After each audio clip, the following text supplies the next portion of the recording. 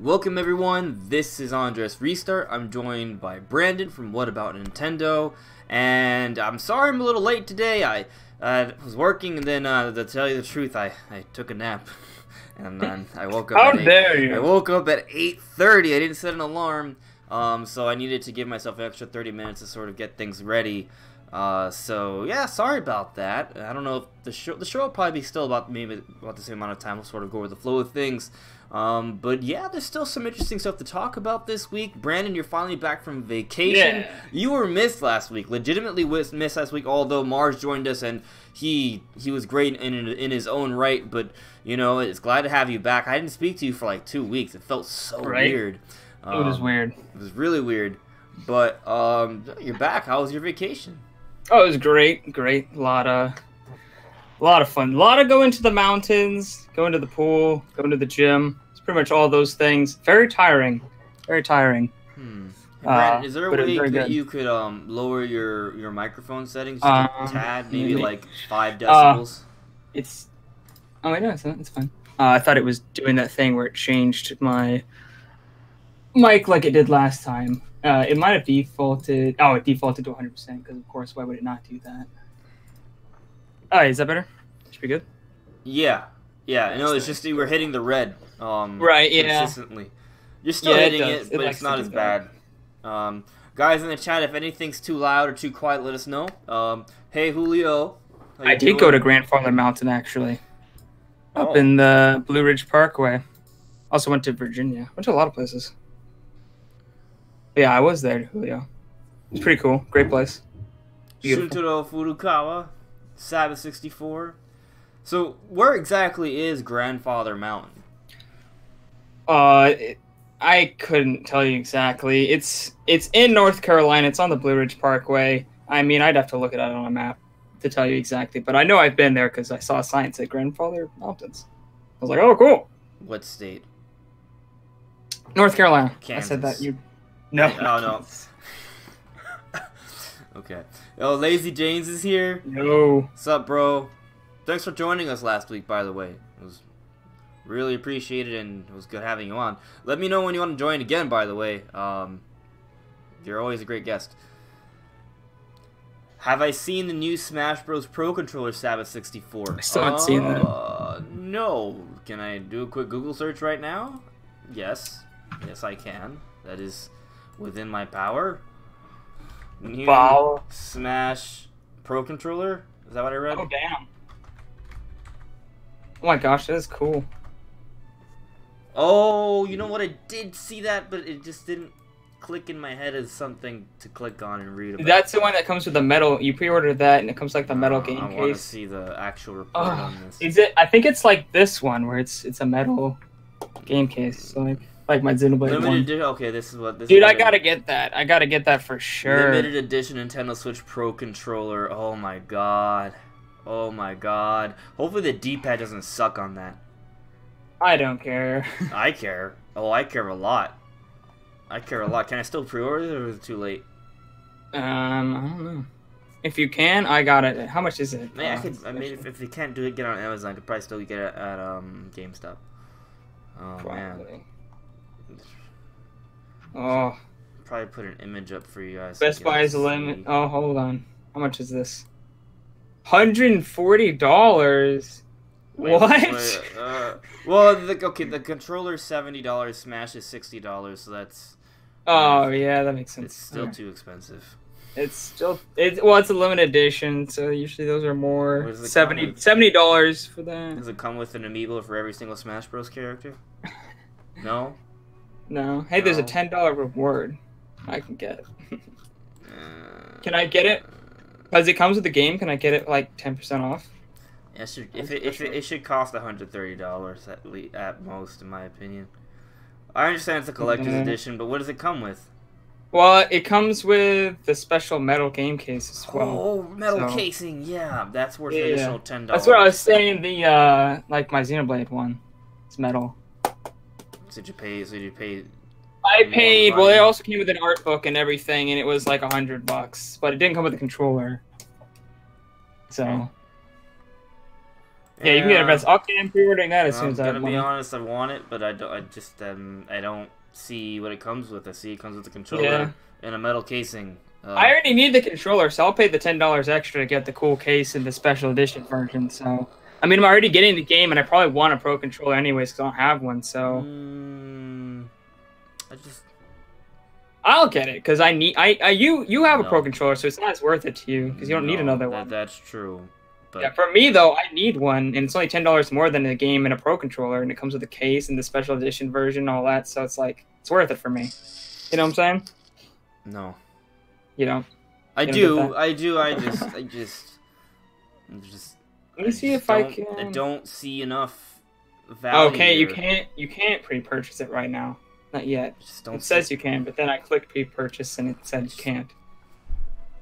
Do I have to go in the store to do it? It said no online purchase. Oh no. I'll have to walk into my GameStop if it's not too late. Well, my local GameStop is not the same local GameStop anymore. I just Lazy realized James that. says his is coming. He says coming soon on Best Buy. That makes no It sense. could come out next week. I know the metal It's game not case silly. is for the game. That's what I'm saying. Look. It's like this one. See, it has the game inside. And do you feel like your experience of the game is any better for it? With that No, metal but casing? it's cool. Was it worth it? It was worth it. But I also got a big art book. It's only like $40 more. I do like that controller. I'll say that much. See, you're kind of the rose tinted glasses because you don't need the controller. See, I need the controller, so it's only $10 more for me. For you, it's that's like $80 more, and you don't need it. Tell me the D-pad doesn't suck, then maybe I'll get it because for whatever reason there just can't be a good D-pad on the Nintendo Switch. Right. I mean, you could get that and sell your old controller. I could modify. I'm gonna have to. That could be a good video, modifying my Pro controller to have not a shitty D-pad. Yeah. I mean, seriously, like, I love my Pro controller. It's like one of the best controllers ever, except for the D-pad. Like, the D-pad is trash. No, it's straight trash. You play Breath of the Wild with it, you will consistently either, if you want to change your weapon, it's just going to go to your bow. If you want to change your sword, it's just going to go to your bow. It's never consistently working because the D-pad confuses up and right all the time because it's just not fine-tuned. It's trash. It's trash. From what I if hear, you play Xenoblade Chronicles 2, which we're going to be talking about today, when you play that game and want to switch party members on the fly, in tune, like at the right time, you got to press it like crazy to make sure it works, because guess what? It's so inconsistent it doesn't work. And am I actually upset about this? A little bit, yeah. Yeah. And did you buy yours? I hear the new versions are a lot better. Which one do you just have the normal one? I got the Pro Controller day one. Oh, that's why. Yeah, a lot of the new re-releases and the new, like, because they redid the design. I want my money back. Shipped it back. I'm not gonna get it back. It's already been over 2 years. Well, we're getting close to, holy smokes, a year and a half. Yeah, it's been about a year and a half now. I want my money back. Whatever. I'm gonna stop complaining and actually move on with the actual discussion, guys. So, but we will be talking more about controllers in a little bit and Mario Party. So, oh wait, I said Mario Party, but were we even talking? In my head, I was talking about Mario Party in my head.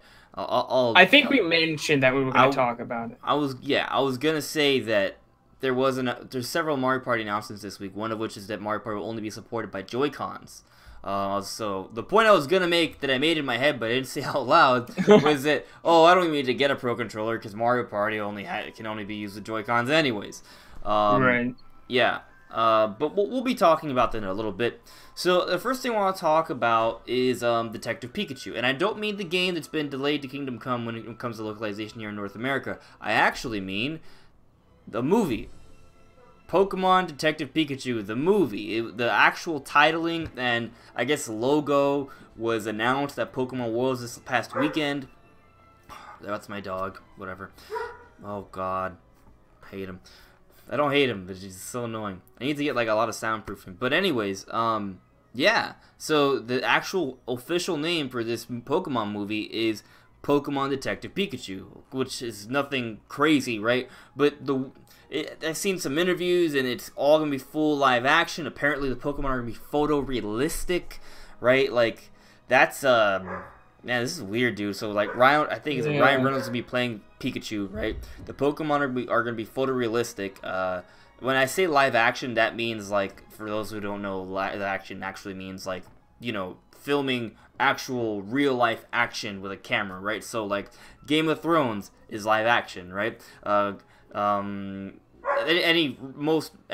movie aside from Pixar and cartoon movies is live action. Right. Yeah.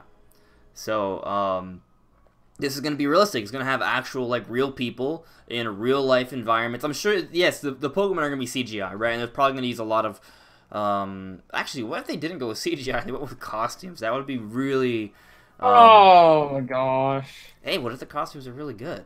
There are some. No, they wouldn't be. Okay, well, probably not. But it's going to be CGI, but it's probably going to be really good. I hope really good CGI, right?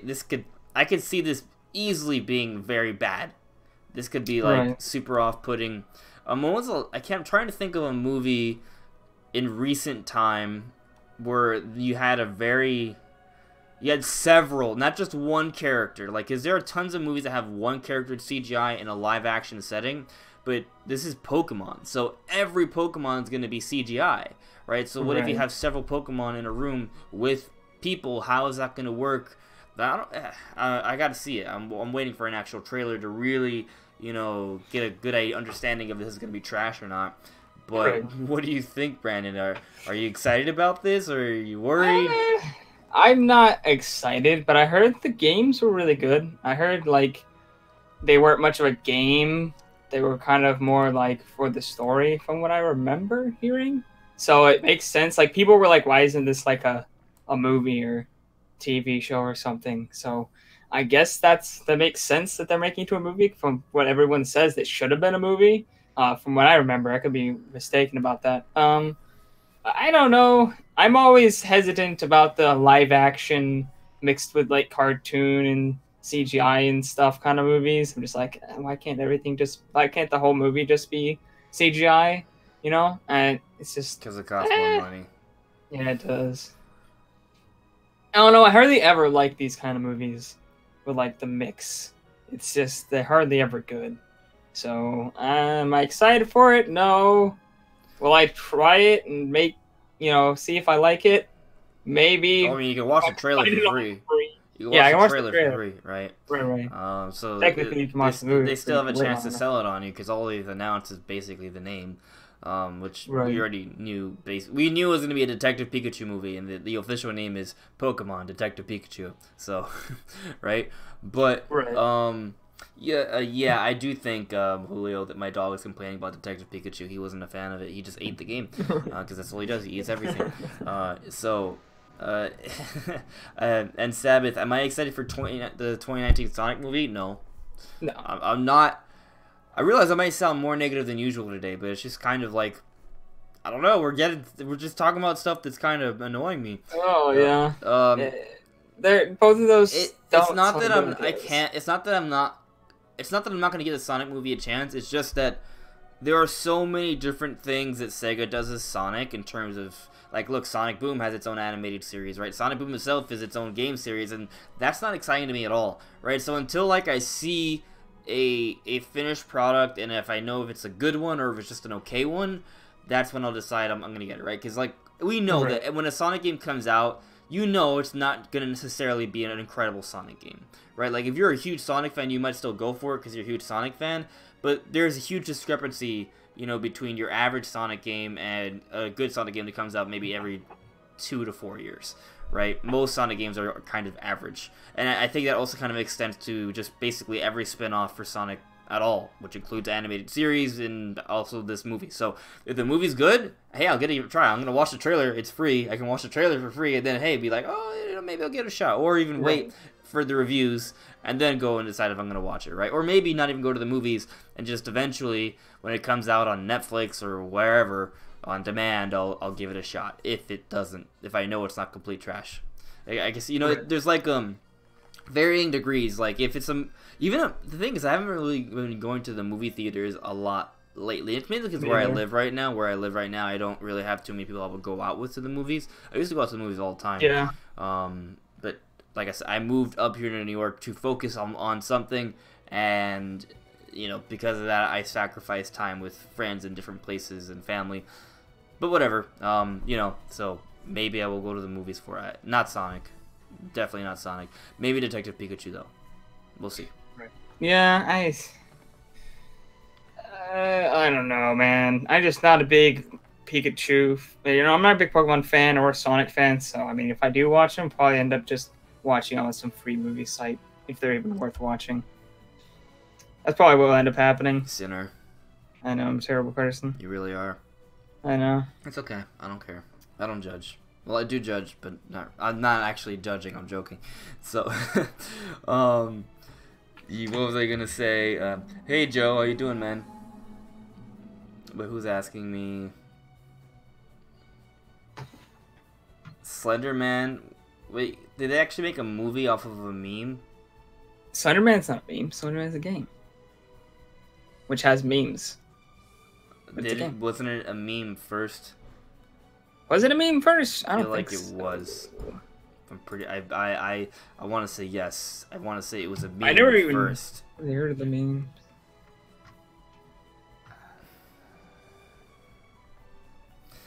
Yeah. It doesn't matter.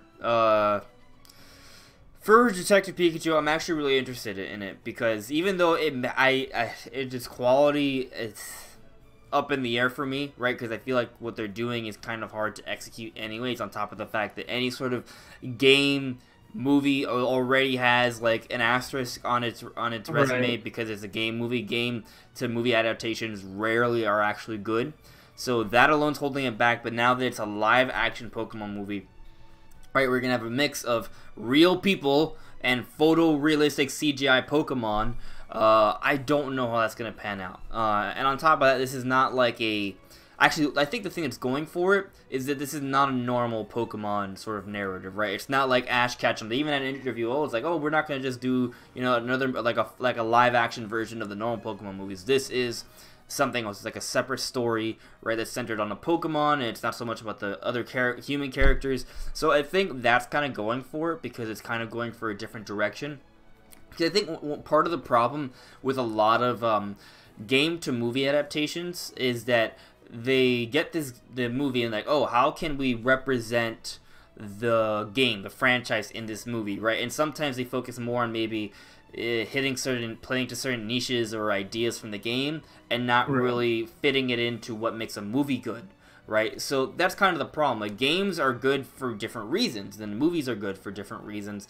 And so, but because they're kind of doing more of a different kind of side story for Pokemon, I think that kind of opens it up to be a better movie. Like you actually were talking about earlier, hearing, the actual Detective Pikachu game was more of an experience, more of a walkthrough narrative rather than a game or a highly interactive game, right? So I think it does lend itself more towards a good story to be told, and that might facilitate a good movie. Might. Yeah. So it has potential. I just don't know if they're gonna mess it up or not. Probably. Yeah. Yeah. Probably. But Julio, I agree. The Charmander should have been the first ever realistic movie. What if someday I make a movie on this channel and he's gonna be the star? Oh yeah. Yeah. I mean, that's what's coming out of all my little videos are, right? Like just random little skits with Charmander. Just what do you call them? Like slices of life with Charm. Oh, it could be an episodic. No. Okay. The ideas. Yeah, but I'm gonna say I'm slightly less than cautiously optimistic because I feel like I just think that there's a really good chance it's just not gonna be good. Yeah, it's. I want it to be good. I'm curious how they're gonna handle it. Like when I see that trailer, I'm gonna be really excited to see it because I want to see these photorealistic Pokemon. I want to see how they're gonna handle the interactions between actual real people and Pokemon. I'm really curious about all of that. But I do not believe this is going to be a good movie. I'm hopeful, but actually, I'm not that hopeful. If you're listening to me, you can tell I'm not that hopeful. But that's simply because it's so rare for a game to movie adaptation to be good. It just is. So, it's kind of like, if 10% of the time something is good, are you going to expect it to be good? It's kind of like, I want the Miami Heat to win the NBA championship this year, but I know that the odds of that are probably less than 1%, right? So, you know, I hope, but I also am not going to be incredibly disappointed when they barely make the playoffs, because that's what the numbers suggest they will do. So, Right. yeah. Yeah, I'm more interested to see what the Mario movie is going to do than any of the other movie. Well, I'll tell you this. I think it's good right that now. this Pokemon movie is coming out, because I think they could learn some things from how this movie is going to fail. I really don't want it to fail. You know, I think, you know, Miyamoto is going to have a very hands-on approach with this movie, which is one of the things that sort of went wrong with the initial live-action Mario movie back in, I think, the early 90s, or was it the 80s? I have to double-check that. But it's a really old movie. Old movie. But if you're a Nintendo fan, you might be interested in it. When I saw it as a kid, I thought it was amazing. But everything when I was a kid was amazing. So, you know. How'd you think that was amazing? It was cool. It was just cool seeing Mario in real life. The novelty alone. I will say there were several. Looked like it should have. A lot of things. Even as a kid, there was a lot of things that was like, hey, Yoshi's like a weird, like, dinosaur who's not really sentient, right? Like all of the bombs. I didn't like the world. I didn't like the Koopas. The Koopas were fugly, man. Bowser. Oh no. It was bad. Yeah, it was pretty bad. But at the same time, I still thought it was cool because it was Mario in real life. So, and you know what? And that may be enough to get, like, for example, for the record, I'm pretty sure the Detective Pikachu movie is going to make money. I'm pretty sure it's going to profit. But will it stain the Pokemon brand? That's also, Pokemon brand is so big that I'm not even too worried about that. Like, no. If you think about, like, Dragon Ball Evolution, which should have never happened, like, no one really talks about that. Like, I don't think that really affected the Dragon Ball brand, right? If anything, what it did was maybe... Okay, actually, this is a thing that bothers me. So, like I said, whenever there are adaptations for series that I think are terrible, it pisses me off. Because, for example, on Netflix not too long ago, we got an adaptation of Death Note, right? So... Death Note's an anime, but they adapted it into live action. Now, it wasn't a Western film; it was an Eastern film, right? It was developed in Japan, I think, but it's, you know, has an English dub. So when people on Netflix see this, they're like, "Oh, what's this Death Note thing?" There's a lot of people who aren't anime fans, even some people who are like pseudo anime fans, that'll watch the live action Death Note movie, see that it's trash, and never actually watch the legitimate series. So It does actually bother me when adaptations fail, because when they reach a larger market and those people finally give that franchise a try, their first taste of it is not representative of the franchise at all. Right? So Dragon Ball Evolution, complete utter trash. Right? That Death Note Netflix movie, complete and utter trash. Like, don't watch those; they're a waste of your time. That's how I feel about it. Like, they're terrible. They're terrible. So, you know, I hope this... I don't think the Detective Pikachu movie is going to be that bad. I think it's going to be... It'll probably succeed in being somewhat entertaining. So, I'm going to stop being negative about this. You know, I hope it works out. I'm waiting for that trailer. I'm done talking about this. I want to know what you guys think before we move on. Brandon, is there anything else you have to add to that before we move on? No, not really. Okay, let's see what you guys in the chat say. Jim Carrey is great. I remember Jim Carrey. He's gonna be Eggman. Oh, really? Oh. Yeah, you didn't know that? Well, no, I didn't. That's actually interesting. Oh, maybe I will prefer that Sonic movie after all. Maybe it'll be awesome. Yeah, Attack on... I didn't even bother to watch that one. I'm sure it wasn't too much worse than the, you know, Death Note trash. I didn't even notice it existed. Yeah, I'm sorry I even brought up Dragon Ball Evolution, guys. I know some of you don't want to pretend it just doesn't exist. How dare you? See, here's the thing. A Castlevania anime, I haven't gotten around to watching it, but that's something that I think is probably good. The Final Fantasy anime, that's probably good. I think, you know, when you have, like, first of all, the Castlevania has been using, like, anime style for years already, so it's kind of a pretty easy transition. Like, they had anime cutscenes in several Castlevania games already, so I feel it was probably a much easier transition. I didn't watch it, so I can't really, you know, speak my mind on it, but that's more a video game to anime transition when it's already Japanese based, when it's already using the anime sort of style.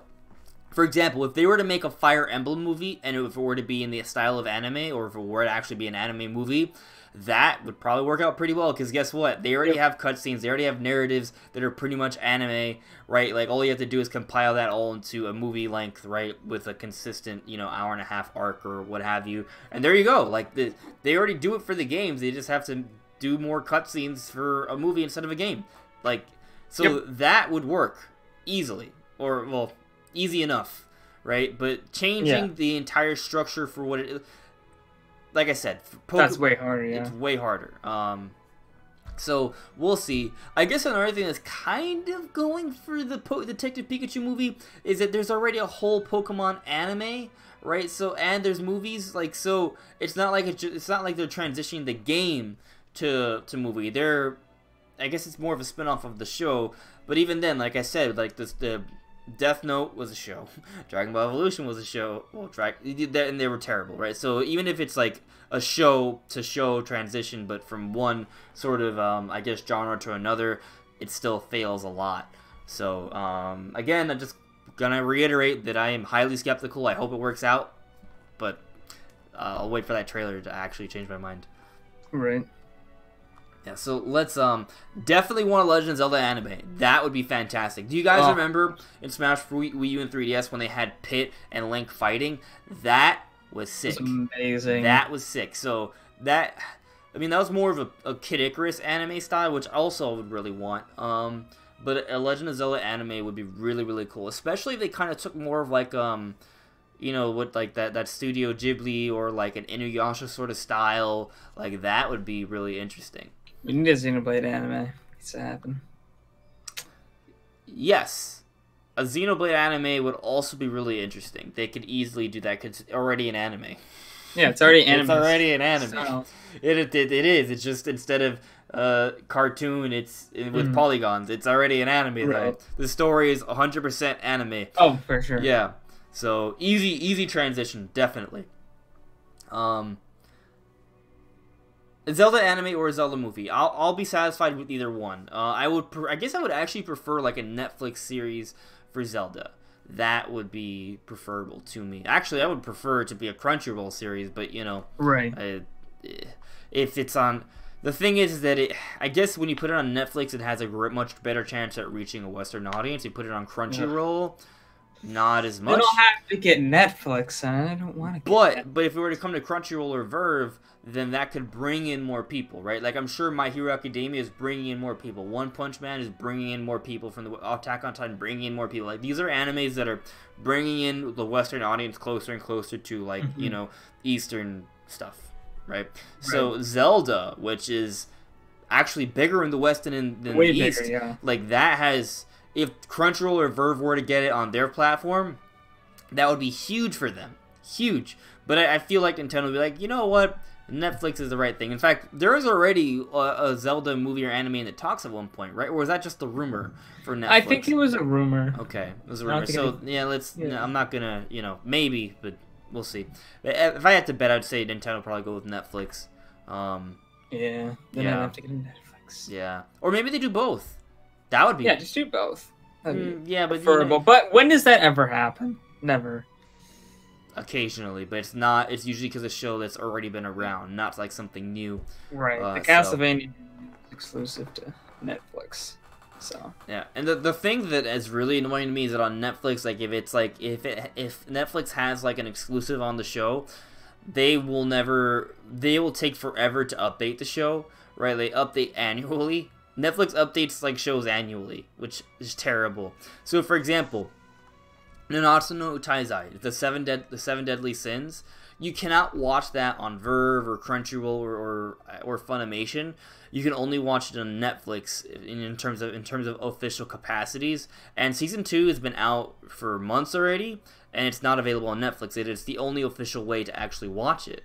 So, oh my gosh. Yeah, and it's an amazing show. Right, but it's because Netflix has the exclusivity for the Seven Deadly Sins that we have to wait forever to watch it, officially.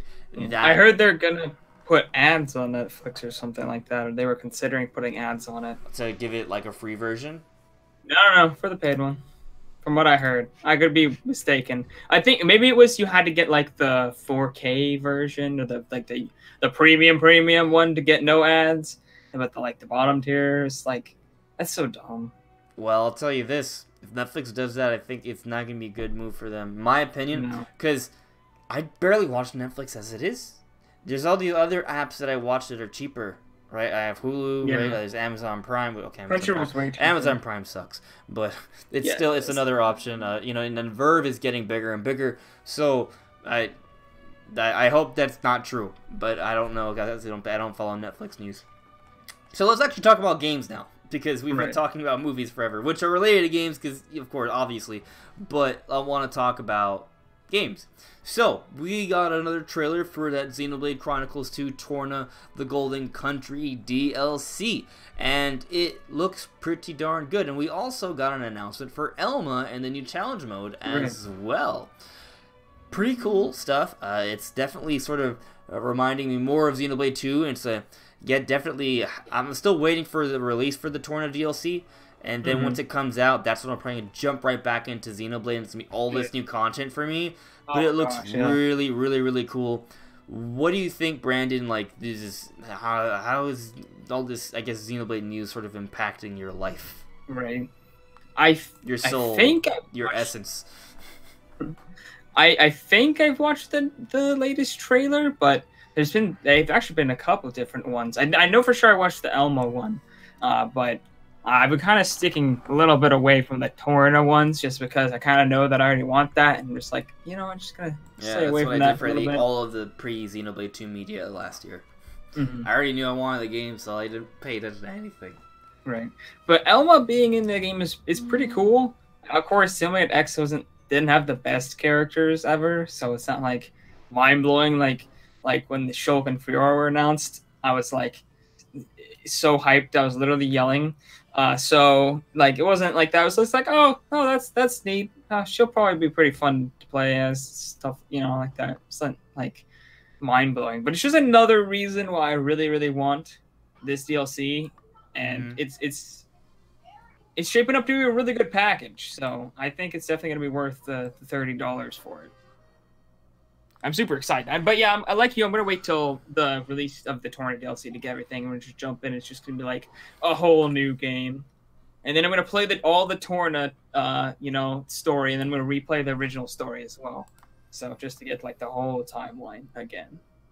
Yeah, this is going to be a lot for me to stream. Yeah, I'm thinking about bringing back my Twitch, which I always thought about bringing back, but just kind of like figuring out the right timing for it. Now that I've upgraded some of my hardware, there's still a lot of work to be done. Like I still don't have a 60 frame per second capture card, right? So that's why I haven't done like Mario Kart or Mario Odyssey yet. But the Xenoblade stuff, that's kind of like, that's a lot to do. So, and I don't want to like play like 3 hours of Xenoblade 2 every day and put it on my channel. I don't want to clog up like 3 to 4 hour streams every day of Xenoblade 2, so I might start streaming more on Twitch. I'll still do streams on this channel. I'm still trying to figure it out. What maybe I could do is just only have a couple like streams that actually archive, and everything else will be streamed, but it won't archive. So if you want to watch it archive, maybe I could set it up to be done on Twitch to kind of separate things. But we'll worry about that later. I want to talk about that now. Hey DK Smash, how you doing, man? So I want to ask you a question. Elma was added to Xenoblade, right? Xenoblade 2. Now, I've heard the conversation come up throughout the week of the port for Xenoblade X. I guess there are rumors for Xenoblade X coming to the Nintendo Switch sometime early, or maybe sometime next year. That's basically the discussion. So then, what do you think of that, and how do you think it'll pan out? Me personally, I think Xenoblade X will eventually get ported to the Nintendo Switch. Right. But I don't think the Elma thing is really suggestive of it. I think it was going to happen regardless. But anyway, what do you think? Yeah, I don't think it has anything to do with it. The director already said like early last year, like right after the Switch came out, that he wanted to port Xenoblade Chronicles X to the Switch. So I definitely think that's in the works. I think they want to kind of have a lot more Xenoblade now that Xenoblade's doing really well. You know, like Xenoblade 2 sold over 1 million in its first month, so that's the best-selling Xenoblade game. It sold literally better than all of the others' lifetime in a single month. So, you know, there's been a resurgence of that. I think there's a lot of hype going around for the DLC and stuff. So I think they want to have a lot more Xenoblade. I think they're gonna have, you know, Xenoblade 2, then the DLC, then X, and then maybe another game from Monolith Soft in 2020. So I think 2019 is when we're going to see X, you know, ported to the Switch, and then 2020 we might get a different game. How cool is that they may find a way to sort of keep Xenoblade fans sort of interested for a while, right? Because we're going to get the Torna DLC this year, right? I got Xenoblade 2 last year. Torna DLC this year. So 2017 is taken care of. 2018 is taken care of. 2019 we get that Xenoblade export. And then 2020, maybe that is enough time to finally get a new Xenoblade game. Or whatever Monolith Soft is working on. Whatever they're working on is probably going to have at least some mild Xenoblade feel. So if you're a Xenoblade fan, you're probably going to... If you're a Xenoblade fan, you're actually a Monolith Soft fan, right? So, whatever they make, I'm going to be pretty down for. Right, yeah. So, but let's talk about the possibility of a Xenoblade export, right? Like, not just the possibility of it, but like, what changes could we see?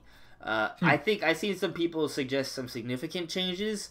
I think, graphically and performance-wise, I think what's going to happen is that they'll push the game to 1080p. On the Nintendo Switch, 720p in handheld mode, of course, because that's the max it can do in handheld mode, and just a solid 30 frames per second, but solid, like rock hard 30, and then an actual pure 1080p. Right. That and graphically, I think that's gonna be the most of the improvements. Maybe some minor touch-ups here and there, like minor stuff. Maybe just clear up the textures slightly more. Yeah, I would hope they would clear up the textures because there are some areas that look really bad. My thing is, though, it's such a big game. That would take a lot of effort. Even just fixing textures could take a long time. But, I mean, who knows how long they've been making this port, because they said they were interested in making it, like, early next year. Were they actually working on it? Did they have another studio actually working on it at that time? Or were they just thinking about it? Who knows? They could have been working on this for a long time. It's hard to say. And yeah. So, yeah, I mean... I think in terms of like graphical improvements, I think the graphical improvements we can expect are basically the graphical improvements we saw for Tropical Freeze from Wii U to Switch. Like basically just a resolution bump with some really minor touch-ups. I don't expect too much. Yeah. Yeah.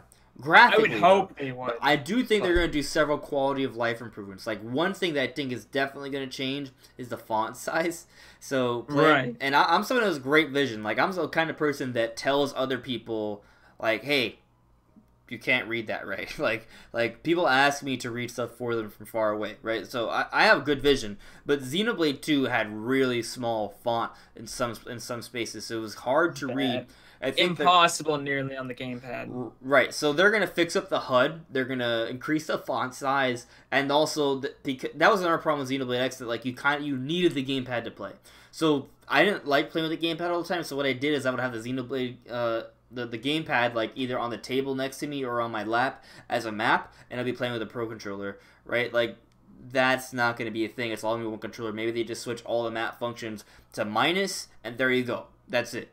Simple. So they'll transition the controls over to Switch, right? They'll maybe clear up the HUD a little bit, fix the font size, push the game to 1080p, and that's what I expect. Like, I think they could add some additional content, but that would be... I don't really see them doing any additional content. What I would hope was that they would take a lot of the grinding out for the story, because there's a lot of grinding you have to do just to get to the next story chapter. At least make it easier. Yeah, it's absolutely ridiculous. Like, I literally didn't beat the game because I got... You're encouraged, or no, you're forced to use all of the different characters at your disposal, even if you don't like them. If there's a character required for the story, you have to use them for a long time in order to build affinity with them just to do the next mission. And I didn't do that because I didn't quite realize that's how it was. So I just kind of used the characters I liked, and everyone else I just left alone. And so I got to like a certain chapter, and I had to have a really high affinity with a character I never used and I just couldn't get past it, and then my Wii U ended up breaking, and so I never beat the game. I'm really sorry about that. Yeah, it sucks. But I guess to that point, though, I do think there is a couple things they could fix, like you said. A couple more things they should fix, like the encyclopedia. If I remember correctly, like there were some side quests or even some quests that you needed to do to advance the game where you had to collect items. Right? I think they should have they do have an encyclopedia in the game, but the encyclopedia should tell you the area where you can find that item. Xenoblade Chronicles 2 does it a lot better. Yeah. With the quest. But basically, any sort of items that you have to get, the game should tell you at least they should tell you the area where to go to get it. Like it's just that simple. Like you should that I think that should be in the game. Like you shouldn't have to guess or remember like something you randomly collected a long time ago. Like and that's how I think it should be. And also, maybe improve some of the tutorial systems, because the game Xenoblade X didn't hold your hand at all. There was a lot to really figure out and sift through. So maybe it add an optional, more streamlined tutorial mode as well, on top of fixing the HUD, improving font size, and updating the encyclopedia so it can give you item locations or rough ideas, so those side quests don't take forever, because you basically have to look through like one of the biggest game worlds ever made and just roam randomly to find an item. Like that needs to be fixed, and then upping the resolution and transitioning the map controls and stuff to just a normal controller. I think that's basically what we should expect. Right. I think in an ideal situation, if anything goes beyond that, what they could do is, well, they also probably iron out the online mode just a little bit. Even though that sucked.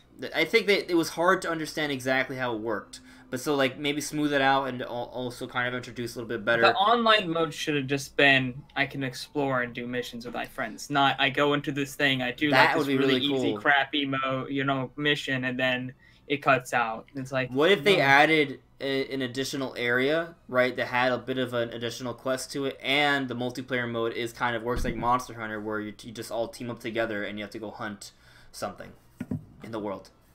Right. That would be great. Like if they basically added a Monster Hunter mode. Right. I don't see why you couldn't explore the whole place with your friends and just maybe the story modes, like missions are locked. Adding additional players into the game world probably was a little hard. That's three additional mechs, and I think that's more. I'm not saying it wasn't possible. I'm just saying it would have been additional program stuff, but the Switch probably could do that. Yeah, I think maybe the Wii U couldn't do it, but I think the Switch definitely can. Yeah, so that would be cool. They updated it so you can just go on missions within the actual game world with a party of 4. Right. And yeah, you have to do that. That would be a great way to offer more gameplay stuff, because there were like weekly missions and stuff too. So that would be fantastic. And if they could add an additional area where there's maybe like not like anything like with cutscenes, but just like additional story content, right? Actually, if you could add a couple of cutscenes, that'd be fantastic. But I'm not gonna. This is kind of more like additional speculation, right? Like maybe they could add that. And the thing is, though, if they don't add something like that, I won't feel compelled to get the game at all. Just saying, like I beat it. I beat the game. I have it on Wii U. Why should I? I beat it. I got I experienced the whole game. I put in like at least 100 hours. I have to double check, but I probably put in 200 hours. I put 150 hours into it. I didn't end up being the story because I was like grinding my levels and just doing side quests for a long time, and then I was like, oh, I'm gonna go to the story now. Nope. And then I was like, oh damn, now I gotta grind. And despite trying to grind for a long time, it still wasn't enough.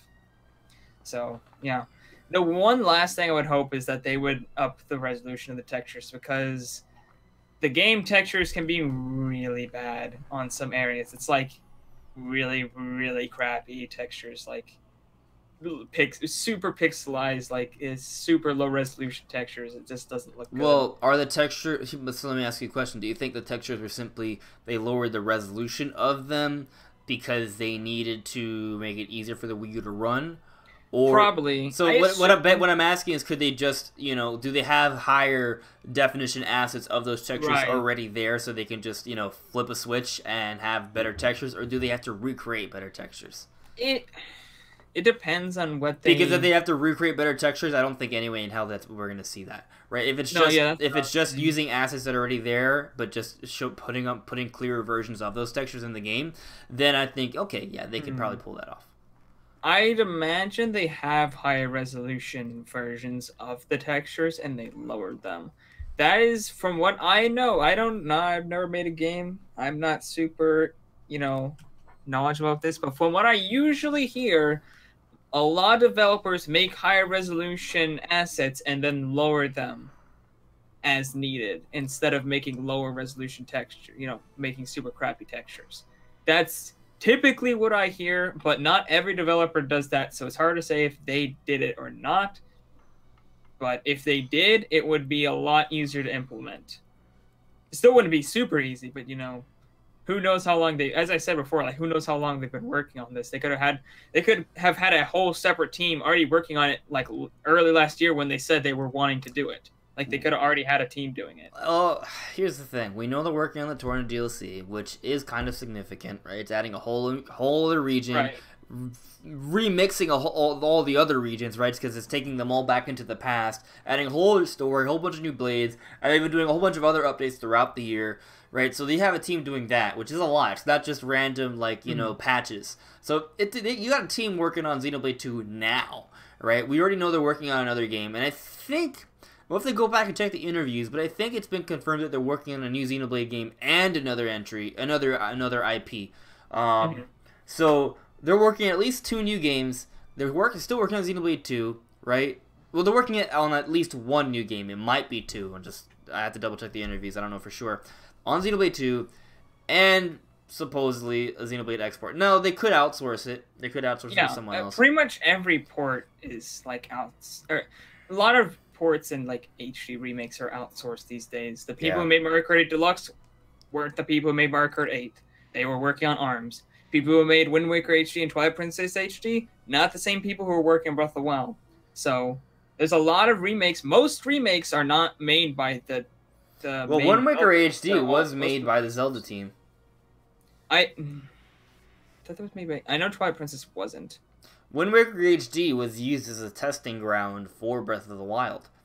And then they took the technologies that they sort of tested out with that and they turned it into a game. Go check it out. It wasn't exactly that. No. I know they oversaw parts of it, but they were working on Breath of the Wild mostly at that time. We can look at it right now. Who developed? I could be wrong. I don't know. Based off my memory, which memory isn't the most reliable thing, but... Right. Oh, my memory is definitely not, so... I could be completely wrong. It says it was just Nintendo EAD. Yep. If you go back... mean it was the Breath of the Wild team, though. But the EAD team is... The EAD team is the Zelda team. There's a few different EAD teams, and they're all working on major games. One works on Super Mario, one works on Zelda, one is working on Pikmin. That's how it is. If you go back and watch the directs, you can go back. I'm pretty sure they said it that they were working on Wind Waker HD. But the point is that they did make. Well, then they made Breath of the Wild and that Breath. The point still stands though, is that there are at least some games. There are plenty of examples of games that are outsourced, like Twilight Princess HD. So your point still stands. It's just being kind of a, what's the term? Picky. Ah, gotcha. Yeah. But yeah, still that is an interesting point because the Wind Waker HD actually did have full HD textures, and they said they only made that game in a matter of months. 6 months. It was 6 months. That had full HD textures for everything. Right. So yeah, I mean, but that's also a simpler cell shaded style. So it's a little different, but I would agree with you. I would agree with you that something they could expect is minor texture cleanup, right, with higher resolution. And a solid frame rate. That is, I think, what you can expect for Xenoblade. If they go ahead and add additional lighting effects, I guess they could do that. But I feel like the game has great lighting as it is. So I'd have to go back. Yeah, the sunsets were really good. The lighting engine was just very smart. It wasn't actually super advanced, but it was very smart the way they did it. It'd be cool if they can fix the pop-in a little bit. You know what? The same engine they used for Xenoblade X is on Xenoblade Chronicles 2, which means, because I was going to bring this up earlier, that they'd have to redo the engine for, for the Switch, because But they already have to use the engine on the Switch. Yeah, but they have that engine, so they can, and they have a new lighting system built into that engine. So it's possible that they could use that new lighting system in Xenoblade Chronicles X, because it's a much more advanced lighting system that's in that game. That is also a possibility. So maybe a better lighting engine, slightly cleaner textures, reduced pop-in, and a higher resolution with more of a rock solid frame rate. Yeah, those are several improvements that are relatively reasonable to expect. Right. So, are we done talking about this game that may or may not even happen? Right. I think we covered pretty much everything. All right. So. Cool. Let's see what you guys are saying in the chat. I think you guys moved on to something else. Little Mac mains.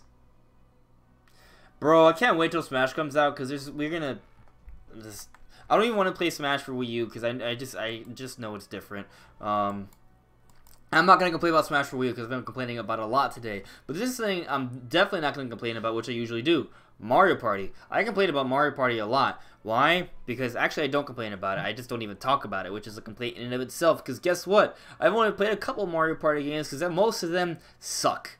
They're trash. Not all of them. Some of them are really good. But it's just kind of, they get stale, man.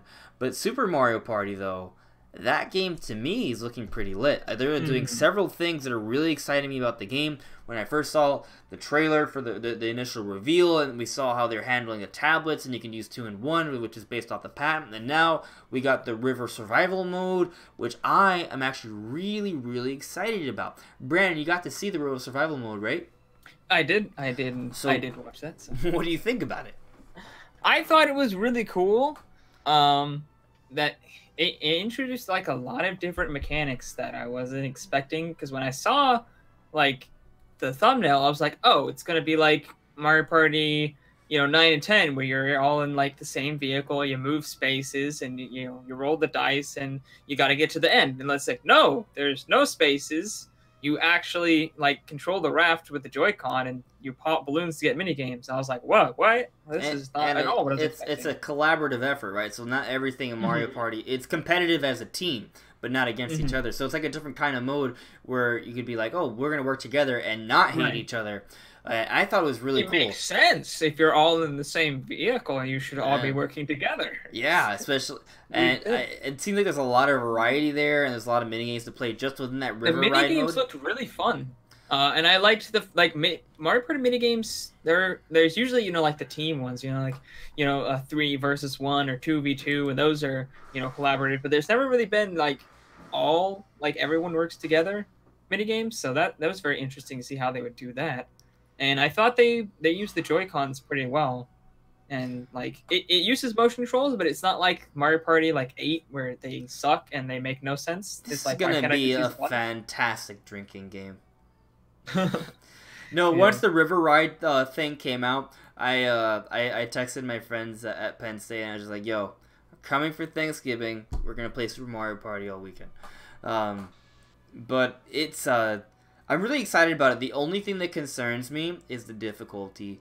It looks extremely easy. Right. Now I'm hoping that I'm hoping they have several different difficulties, and they usually do for Mario Party for most of the modes. So I would say it's probably likely that this mode has varying difficulties. What do you think about that, Brandon? I feel like you've played more Mario Party games than I have, so what are your thoughts on that? Probably not. I mean, I've seen other people play a lot of Mario Party games, but the only ones I've actually played is DS 8 and 10. So that's interesting because I played more of the earlier ones back on N64 and GameCube. Right. I've played 1 and 2 a little bit, but I never owned them. I've watched a lot of other people playing it, so I kind of know. Yeah, typically they have difficulty settings for every mode, so that would make sense. Another thing is that a lot of times demos and stuff and demo versions, stuff they'd wanted to showcase, are way easier than the actual final product because they don't want to fail, so that they can actually show you everything and not look like they suck ass at video games and stuff. Absolutely true. That's true. Yeah. And I mean, even the people who were playing the game, you could tell that they thought it was really easy.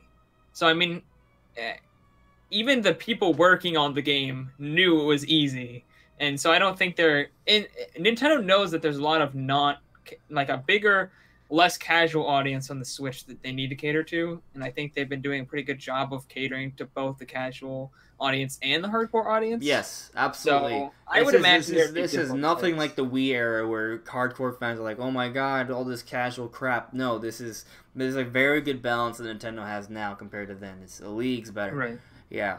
So I guess we kind of agree that they'll probably have varying difficulty or at least it'll challenge you. Yeah, there should be difficulty settings like there usually is in Mario Party. I'd be surprised if there weren't. So I'm actually getting excited about this game. I heard about the Joy-Con thing, how you can only use Joy-Cons in the game, and kind of annoying, but at the same time I get it because I guess every game is going to be using motion controls, and it's going to be. Oh, actually, you know one thing about it? It's a little lazy. It's a little lazy because even the Pro Controller has.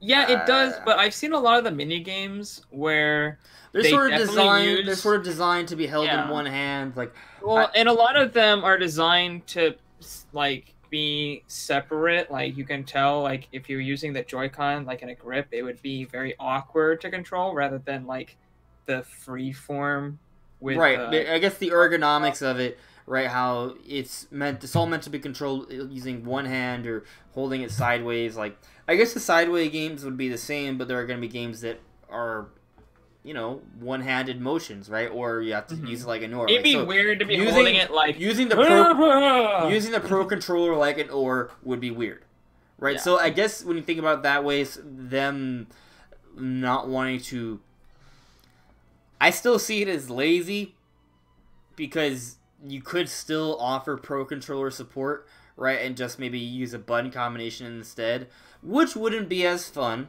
right?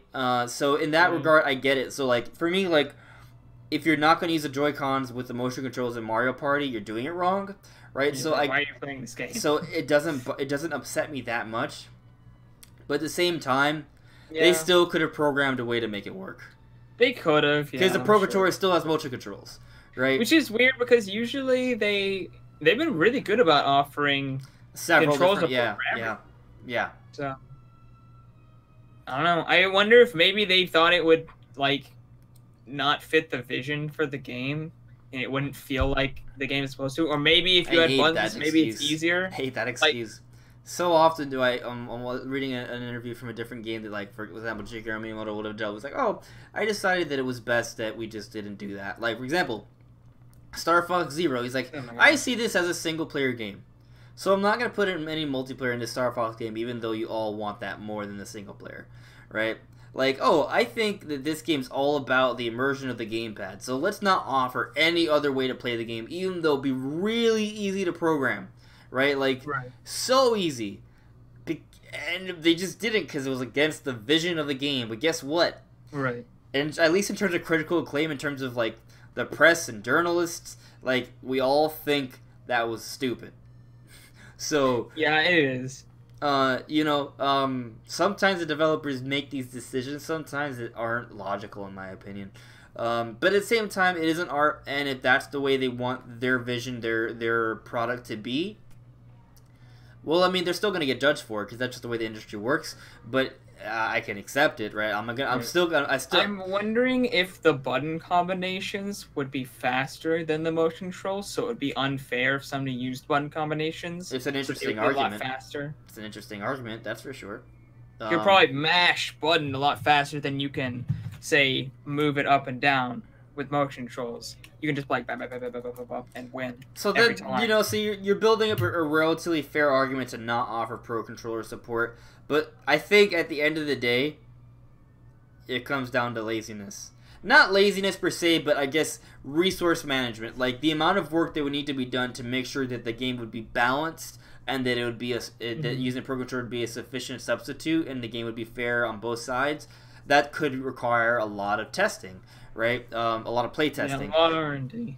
Yeah, so then, maybe at that point it's not worth it. So, I mean, bottom line, it's not that big a deal. We've talked more about it than I think we should, because I'm doesn't really...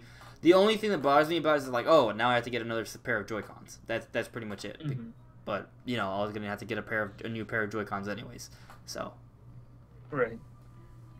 But is there anything else you want to say in regards to Super Mario Party? Because I'm just kind of really excited about it, right? Like, you have this unique way to play, how you can play the game kind of like a game board on the fly by using different actual Switch tablets, right? You have the Switch control, so it's basically like 1-2 Switch done the right way in terms of motion control, minigames, right? They have an online mode, but it's only minigame centric, which personally to me is fine, right? But I know some people wish they had the option to play board, like actual maps online, and I guess if you not even be able to do that with your friends is a little annoying, right? You can't do it with your friends.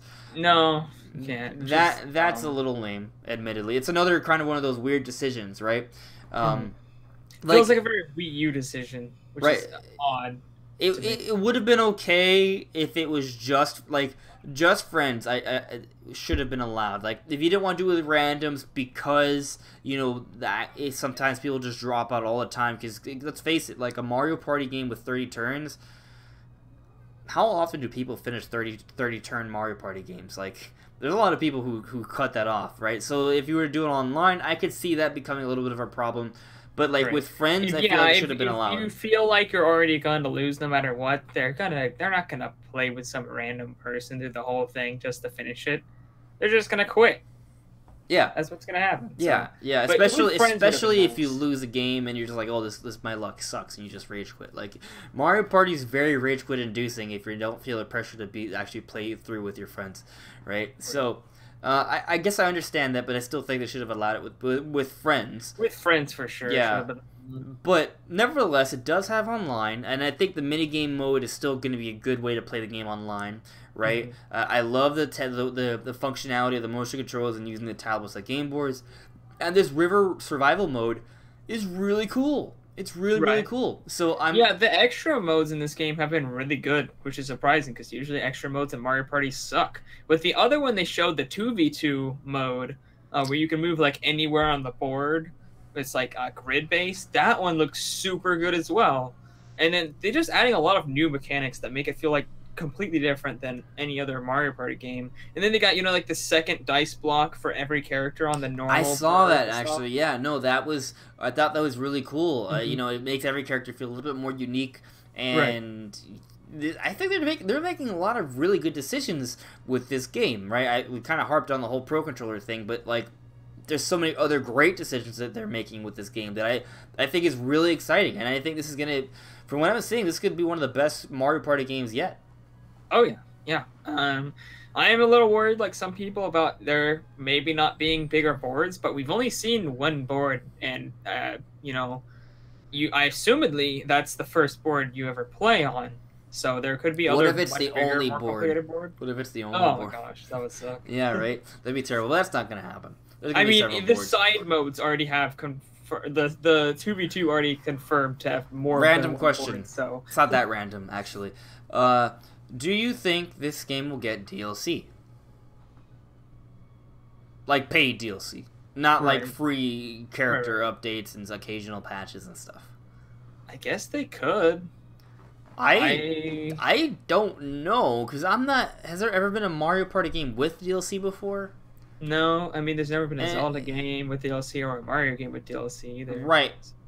But I feel like Mario Party is a party game, though, right? Yeah, that would be. It's a little different. It's not like a Splatoon or a Smash Bros. Where you can just offer more weapons and characters and stages. I mean, you could offer like more maps. You could offer more maps, more mini games. I guess you could do it. You could do it. Yeah, you could do it. It's possible. And I wouldn't mind it as long as they offer a good amount of content. Right, yeah, same. Yeah, that's true. But it's just like a different kind of game, so the kind of DLC content they would offer, I feel like, would have to be a little different. I'm not sure. It'd be interesting. Coming on the fence about it. Yeah. I don't think it's too likely that they would. I guess it depends on how well it sells. Yeah. I mean, they've kind of been doing DLC for like every single game, right? So... Right. I feel like it makes sense to do it for this one. but we still haven't gotten DLC for Super Mario Odyssey or Mario Kart 8 Deluxe. But I still believe that we're gonna get DLC for both. Yeah. I still think we're gonna get it for both. We may even hear about that this September. Right. Yeah. But we talk about that every week, so we'll save that discussion for another week. So let's see what you guys are saying in the chat before we move on to the next topic.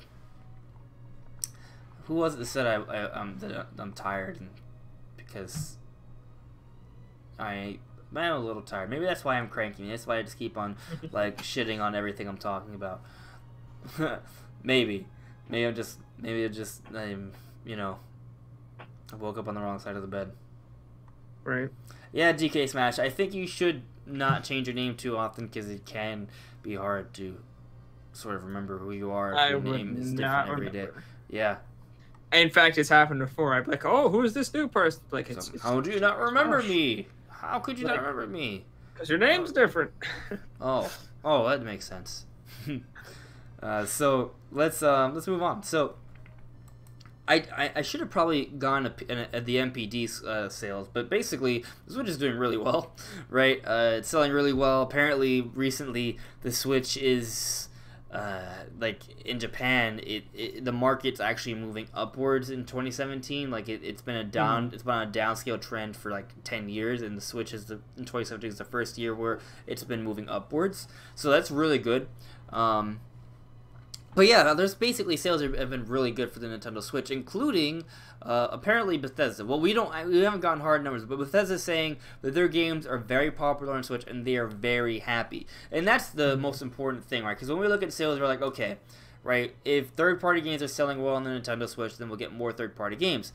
We don't have the hard numbers for the Bethesda games, but we do know that Bethesda is satisfied with those sales.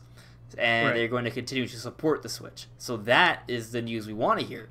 And that's really exciting to me. I mean, we recently got the announcement for Doom Eternal on the Switch, day and date. That's really exciting. Right? We might get that another Wolfenstein game, day and date as well. Right? And who knows what sort of other doors that can open moving forward. But it's very promising to me. What do you think about this, Brandon? Yeah, I mean, it makes sense. I don't think they would have announced Doom Eternal day and date if they weren't happy with how Doom and Wolfenstein and Skyrim sold. So it makes sense, and I think it's just going to keep doing better and better as more people see that third-party support's on the Switch. They start buying. More people who are interested in those kind of games start buying into the Switch because they can see that they can bring it portably and it's a good experience. So. And it's good for a lot of other third parties as well. Hopefully, different third parties see this and they start porting things like Assassin's Creed and Call of Duty and Battlefield, games we still haven't seen on the Nintendo Switch yet. So hopefully, these kind of numbers can, push the other developers to start working harder on their Switch ports. Yeah, but I also think Bethesda's kind of getting a leg up on everyone else by putting their brand on the Switch early on and supporting it like the way they've done. I think they are they're creating new fans, right? Like they're making a lot of Nintendo fans that have never given Bethesda a try before, Bethesda fans. So like by doing that, I think they're kind of creating a fan base on the Switch. So, I'm not saying that other third parties shouldn't put their games on the system, but I also think that Bethesda, by getting there early on, they're going to reap the benefits of that. Right, yeah. Yeah, when there's not as many, the earlier you get on board, the better you're going to be because people are hungry for it more. I mean, once, if the day comes where the Switch is getting the same kind of third-party support as the PS4 and Xbox One, each individual game and series isn't going to be, as big as, the third parties are now because it's just the only third parties you can buy. So, yeah, that makes a lot of sense, but... Yeah, and I mean, I'm excited just to see what the Switch can do. In fact, recently I heard that Soul Calibur 6 might be coming to the Switch. They basically, I don't remember who, but they basically said that they'll bring it to the Switch if it's possible. Right. It's running on Unreal Engine. It's running on Unreal Engine. Right. I don't see why Unreal Engine fighting game. I think basically what's going to happen is it's going to be one of those ports that comes like a year later. It might be, yeah. Yeah, maybe next year it comes, but it'll come with all the DLC. And maybe Link is a playable character or something. Whoa. You stop. Don't tease my heart like that. It wouldn't be that hard. It's happened before. No, I'm not saying it's not gonna happen. I'm just saying that it's exciting. Right. Yeah. I think if they brought it to the Switch, if they're gonna bring it late, you gotta bring some exciting content, or other people are not gonna get it. What if they brought Rex? Honestly, that doesn't make me as excited as Link. The both of them. I don't know how good he would be in like a straight up fighting game. Like how interesting he would be. Other than, well, I mean, you know, other than, well, yeah, he has pyro and stuff. So. I guess because he kind of. Well, actually, it won't work because Rex needs to have blades. And if you don't have a blade, it's not Rex. It's not. It won't work. Because Smash has several characters that can have two characters in one. Right. Rex needs a blade. If you don't give him a blade, it won't work. And Soul Calibur, from as far as I know, they don't do like two characters for one character slot. They don't really do that as much. Yeah, so it makes more sense for Smash, but some Link can still happen. They could do a Fire Emblem character, but I don't know who they would pick, and it just wouldn't have the same amount of oomph as Link. It just wouldn't. Yeah. Just wouldn't. I feel like Link is more towards that art style though. Like he'd fit in better than like an anime kind of character. Actually, I mean, Soul Calibur 2, I felt like they changed the style of Link. It was based off the Hero of Time, the Ocarina of Time model, but it was they took liberties, and it kind of looked like a fairy boy in a realistic world. I thought the art style was a little off. Actually, I was okay with it. That. I was okay with it, but you know, I'm not saying I minded. I'm just saying that Link sticks out in Soul Calibur 2. I'd have to play it again. I don't remember him sticking out at all when I played it. Well, if you go and play the game, like you look at him, he has these giant eyes, right? These really long ears, right? Like, and he's just the other characters have more realistic proportions especially with their face. So you know, I'm not, like I said, I didn't mind it. I'm just simply saying that Link's gonna stick out.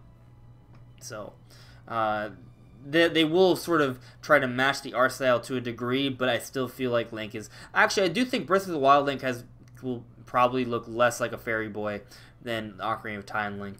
So, because they don't really, like, show off the long ears for Link. Like, if you go look at the concept art for Ocarina of Time Link, like, his ears stick out, right? Like, they're giant triangles sticking out of his head. Like, our Breath of the Wild Link doesn't have that. So, you know, I think Breath of the Wild Link probably would mesh a little better, actually, now that I think about it.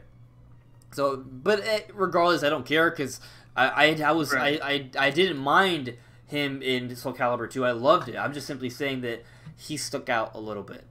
That's it. Yeah, I'm looking at pictures. He sticks out a tiny bit, but it's not, like, super... different. Well, it's not like putting a cel-shaded character in a photorealistic world. It's not like that. No. Not nearly. I'm just saying that, like, his facial proportions do not... Like, he looks like he's from a different world, is what I'm saying. And he is. The story is that Link was teleported in, like, you know, through some space-time bullcrap into the Soul Calibur world. So, you know, like, he went to a different realm to fight this evil. That's pretty much it. So, right. But I just don't think it'd be as off as like a straight up anime character. No, it wouldn't. It wouldn't actually. To your point, yeah, I agree. Link would definitely fit a lot better than a Fire Emblem character. I agree. Yeah. But Fire Emblem character also wouldn't be too hard to pull off. Yeah, it'd be possible. I just don't know. Like, I don't know what the demand is there. I'm not sure. I think we agree that Link is the best fit. Anyone else would be kind of okay. That's nice, but where's Link? Right. Like anything else they add is cool, but they need to add Link first. Yeah, for sure. Yeah, Link has to be there. Yeah, and it doesn't have to be Hero of Time Link. Breath of the Wild Link is. Yeah, it could be Breath of the Wild Link. Yeah. So I think we're in agreement here. So. Yeah, but in terms of Bethesda, like, I'm just really happy to see that they are going to continue to support Nintendo, and I love their games. I think they're fantastic, and it's just really cool to see this partnership. I'm really super interested to see just how much better if it does look better, Doom Eternal over Doom on the Switch. I think it's pretty much guaranteed it's gonna be better. Yeah, How much better though? That's the question, right? And Panic Button is working on it. They just keep on putting all these games on the Switch, so I think that they're gonna use the same engine, right? And they're just gonna have more time to sort of patch it up, make it even better.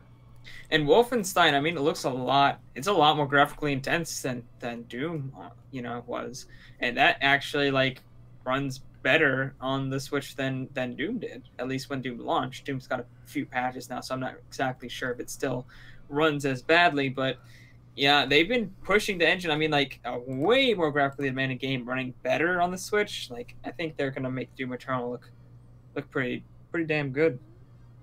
Absolutely, yeah. So let's see what you guys in the chat have to say. I'm not even sure anyone cares. Let's see. Hey, Haruhi, Phantasm Wolves. Oh, his new roster predictions. Paper Mario, Dino, Dixie Kong, Echo, Impa, Echo, Decidueye or Lycanroc, Bandana D, Medusa, Echo, Excitebike, Karate Joe, Shadow, Echo, Ken, Echo, Rayman. I think those are all relatively feasible. I think Rayman is got a good shot. Yeah. What was I gonna say? There's just, I guess for me personally, Rayman is lacking in the excitement factor, and I've played several Rayman games and I like them. I guess personally, like, Rayman wouldn't, when I see Rayman introduced, he won't, maybe they'll sell it to me. Like, maybe when I see Rayman in a trailer, they'll really hype me up. But I guess I'm just kind of thinking, like, for example, when we saw King K. Rool, when we saw Simon Belmont, when we saw, when I think we will inevitably see Banjo and Kazooie, that's just my own hopes and, well, it's my prediction, right? I feel like those are gonna have, well, King K. Rool and Simon have already been announced, right? But like, they just feel like more oomph, right? But not every character has to have a lot of oomph. Yeah. So, you know, but if you think about it logically, Rayman is like the only like gaming icon that is of that stature that hasn't been added to the game yet, and Ubisoft has been supporting Nintendo for years, better than pretty much almost anyone else. Rayman Legends is already on the Switch, so yeah. But that's the other thing. Rayman Legends is yeah, and I still have that sour taste in my mouth from the whole Rayman debacle back on the Wii U. Right. That was supposed to be a Wii U exclusive launch window game. Delayed, came out after the other systems, came out on the other systems. And it came out later, even when it was initially supposed to be an exclusive for the Switch at launch. It came out way later after the other systems. Yeah, I mean, can you blame them with how bad the Wii was selling? Yes, I can't. it's a 2D game. Still, no. I don't know. I blame them for that. That was bad. Look, the Wii was terrible, but that was also bad. I mean, business-wise, it was a great decision, though. Amazing decision, business-wise. But, I mean, yeah, if you think about it just from the fans' perspective, it's not good. But how many Wii U fans are there, really? I'm sure every PlayStation, Xbox fan was really happy. And there's way more of them than there are Wii U fans. So, I'm not saying it's like, the most ethical thing they could have done. But overall, it's probably a good decision for them. It's a good business decision. Yeah, I agree. Oh, that's cool, DK Smash. Actually, I haven't played the Dooms on the Switch yet. I've only played the original Doom. So there's that. I have played a lot of the Elder Scrolls games, and I recently, I played Wolfenstein 2. So, but I probably... Wolfenstein 2 was great on the Switch. Yeah, no, I loved it. I definitely have to go and play the Doom again. The Doom that came out on the Switch, or play it on PC. I'm not sure which one. PC is probably cheaper. It's probably cheaper. So I'll play it there. But the portability, though, I kind of like the idea of playing it, like, just kind of curled up in my bed or whenever I'm traveling. So I'll think about it. I guess. For me, it's not really the type of game I'd want to play while I'm traveling. Like Octopath and, like, Captain Toad. If I'm on an airplane, Doom, we'll be fine. We'll be fine. Yeah. So those are kind of the games I like to play on, like, the big screen. Yeah. For me personally, because there's a lot of really good art in that game. It's very, very pretty game. A lot of special effects and cool stuff to see. So I want to move on to this topic. So there were these trademarks that were made for Super Smash Bros. Brawl, Pilotwings, and the GameCube controller. And for the GameCube controller, I don't know how many of you guys have seen this article, so I'm going to try and put an image up for you guys. Yeah, I'm going to put an image up for you guys. So this is literally... I haven't set up like a browser thing yet on this stream. Add... What would be the best way to add this? Window capture, you think? Yes. I would assume yes. Yes.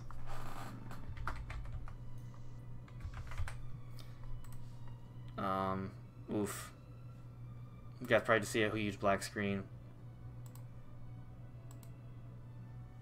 Oh god. This isn't working out at all. Oh my god, what is wrong with this? It won't work, guys. Window capture likes to be stupid for me, too. Yeah, I can't set it up. I have to set it up before we stream. I don't even know how this got here. It looks like I messed up one of the thingy-majiggies. Uh-oh. Yeah, right? I don't even know where that came from. Oh, nope. Oh, how? Yeah, there we go. Yeah, so you guys will just have to look it up. But I would say... Basically, it just shows a Joy-Con. Not a Joy-Con. It shows the GameCube controller, and then it shows the GameCube controller button layout. Like the ABYX layout. Right. So... I wonder why they're patenting all this. I feel like a lot of it has to do with Smash Brothers. Yeah. I saw some people in the comments on the My Nintendo News website say that maybe the Smash Bros. Brawl thing is so they can have that added to the NVIDIA Shield in China, right? That makes a lot of sense actually because they are porting a lot of Wii games over in HD over there, so that makes sense to patent Brawl, not patent but trademark Brawl. But the GameCube controller maybe also. But what if they're going to have a Joy-Con sort of created based off the GameCube controller? Because they have these trademarks here, and they took the time to trademark not just the controller itself, but the actual ABYX C-stick like thing. Like if you look at a GameCube controller, it has like a smaller circle and bigger circle attached to each other, right? Like, kind of like an upside down pin, right? Or like kind of like a snowman, right? So what if that is going to be used for a Joy-Con in the future for Smash Bros? Because people are going to really like that. So they'll have finally have some like different kinds of Joy-Con aside from color. That would be kind of crazy. That's just, I wonder what else they would trademark both the controller and the individual button control stick layout for. I mean, maybe it's just to release more GameCube controllers, I guess. Yeah, I know that they're releasing a new version of the GameCube controller for Smash Ultimate specifically, so I actually did look into these patents because I saw stuff and I was like, oh, literally every part of this could just be easily trademarked just for Smash Ultimate, and I never even clicked on the article.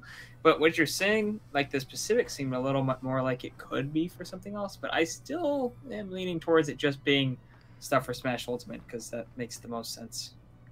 Right, and they're probably going to they're going to release a new line of GameCube controllers, right, for Smash Ultimate, probably. Oh, yeah, you can already pre-order them. Yeah, so, well, there you go. So, yeah, I mean, it could just be that. But how cool would it be if there were actual GameCube Joy-Cons? That'd be pretty cool. And I wonder, I guess size totally matters, though. Like, if the GameCube controller is like the size of the Joy-Con, would it be good? Who knows? Would it be good? Right, because that's the thing. What if people... Here's an argument, though. What if you're a hardcore like Melee fan and you want to play with GameCube controls on the go without it being two separate pieces of devices? Right, so what if the only way to do that is by having Joy-Cons attached, right? Using it like a giant PSP or Game Boy Advance. Like, what if they had GameCube-style Joy-Cons? That'd be cool. Right. I don't think it's necessary at all. Honestly, I personally wouldn't even mind it if they didn't have GameCube controller support. Personally, that I don't need to use GameCube controller for every Smash Bros. Fans would riot, but I wouldn't care. I was one of those dudes that played Wii Remote Nunchuck on Brawl. Yep, I did too. Yeah, and it worked for me. It worked for me. Now, for whatever reason, I feel like Smash Bros. Wii U and 3DS, it never clicked for me, even with the Pro Controller. It always felt like there was something kind of missing. Like, maybe it was input lag or something that just felt a little off. So I don't know. Maybe it's just I sucked at Smash Wii U and 3DS. That's a possibility. I played Smash Wii with the gamepad. Look at me. Yeah. Well, I don't. Pro skills I'm away. still a proponent that if the gamepad, you can be just as successful with the gamepad as with a pro controller. The only difference is that it's a hulking mass and it's not better for like leisurely sessions, right? But if you just have friends over, I can hold it, like this, and I'll be fine. Right. Oh no, it weighs an additional 2 ounces. I can't hold the weight. Oh, I'm too puny. Yeah. But yeah, I mean, I was gonna say, oh, what if it had analog triggers? You mean Could it have analog? You mean this triggers? hypothetical GameCube Joy-Con? Mm-hmm. I'm gonna say no. I feel like it would have to mimic the Switch controls perfectly. Unless it's all a part of like some sort of GameCube Virtual Console package. Right. I mean, the GameCube controllers that they have the analog triggers. If I'm not mistaken, they should have the analog triggers on them. So they're just straight up GameCube controllers. Well, no. Okay, so here's the thing. When you asked me that question, right, I was thinking simply in regards to it being another controller for Smash Bros. Right, because then if you give Smash Bros. Players with the GameCube controller that additional like shielding aspect because of the analog triggers, I think that'd be unfair. But if you just mean as a controller as alone to maybe be, for example, a GameCube Virtual Console, that's a little different because then, yeah, they can just work as a normal controller for everything else that's just on Switch. But for GameCube Virtual Console, it gives you that analog shoulder support. Right. I mean, I don't see why there's a difference between the two because the GameCube controllers for the Smash Ultimate also have the analog triggers, so they have the trigger, but does it give you the additional shielding ability? I don't know. I don't know. I'm pretty sure it doesn't. It would literally be an unfair advantage. No, it probably doesn't. But I mean, why would it be any different than?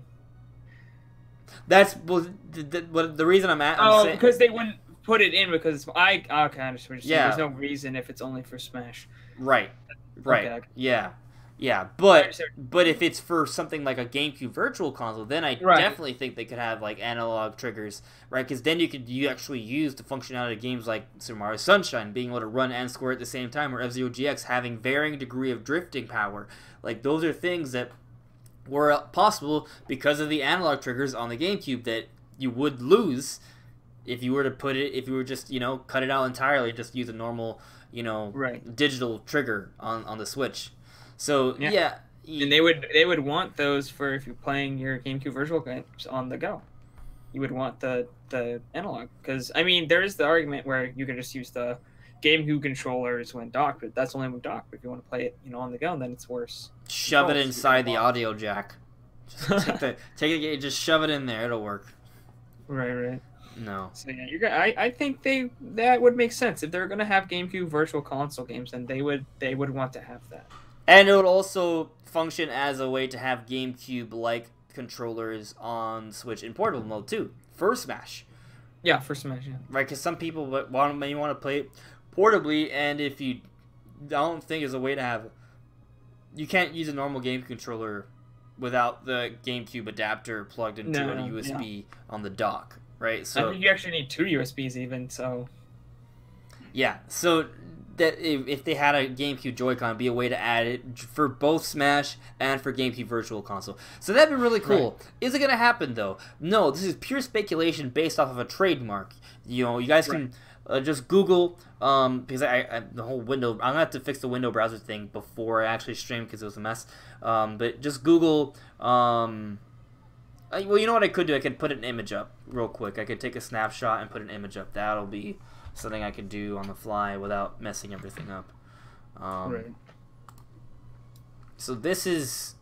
Well, I guess I want to stop it, stupid computer. Okay. New... Alright, I'm going to put this image real quick. I just said homage. This image. Let's see... Save as GameCube stuff. There we go. This is how I get everything confused because I just name everything randomly on the fly, and then I don't remember what I named it. Add image.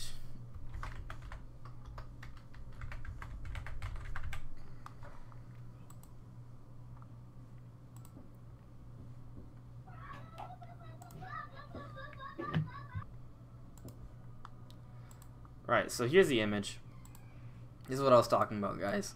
So this is the trademark for the GameCube controller and the individual actual pieces of the GameCube controller layout. So like you see how they took the time to actually make a separate trademark just for the buttons and the control stick on the right. So that's almost done in a way where it could be a Joy-Con, at least. So that's why I'm like speculating. Hey, is this for a potential Joy-Con? Right? I'm gonna say probably not, but it's possible. What do you think, Brandon? Are you talking? Because I can't hear you. My bad, I had it muted for some reason. Yep. Not sure how that happened. Yep. Anyways, I could believe it if they had the joystick like straight down, but because you have to, it doesn't fit like over here, like in the pad, it just doesn't fit there. But if they had like it in the pad and had it straight down, then I could believe it. But I mean, they're patenting a layout that wouldn't fit on the Joy-Cons, so it's just kind of like, I don't know about that. You know what I'm saying? Yeah. So I mean, they would still have to sort of reformat it a little bit. So yeah, I'm gonna say probably no, but hey, if we're ever gonna get that GameCube Virtual Console, this might be this might be a good idea. Yeah, but it's probably not happening. What do you guys in chat think, though? What are you guys saying about it?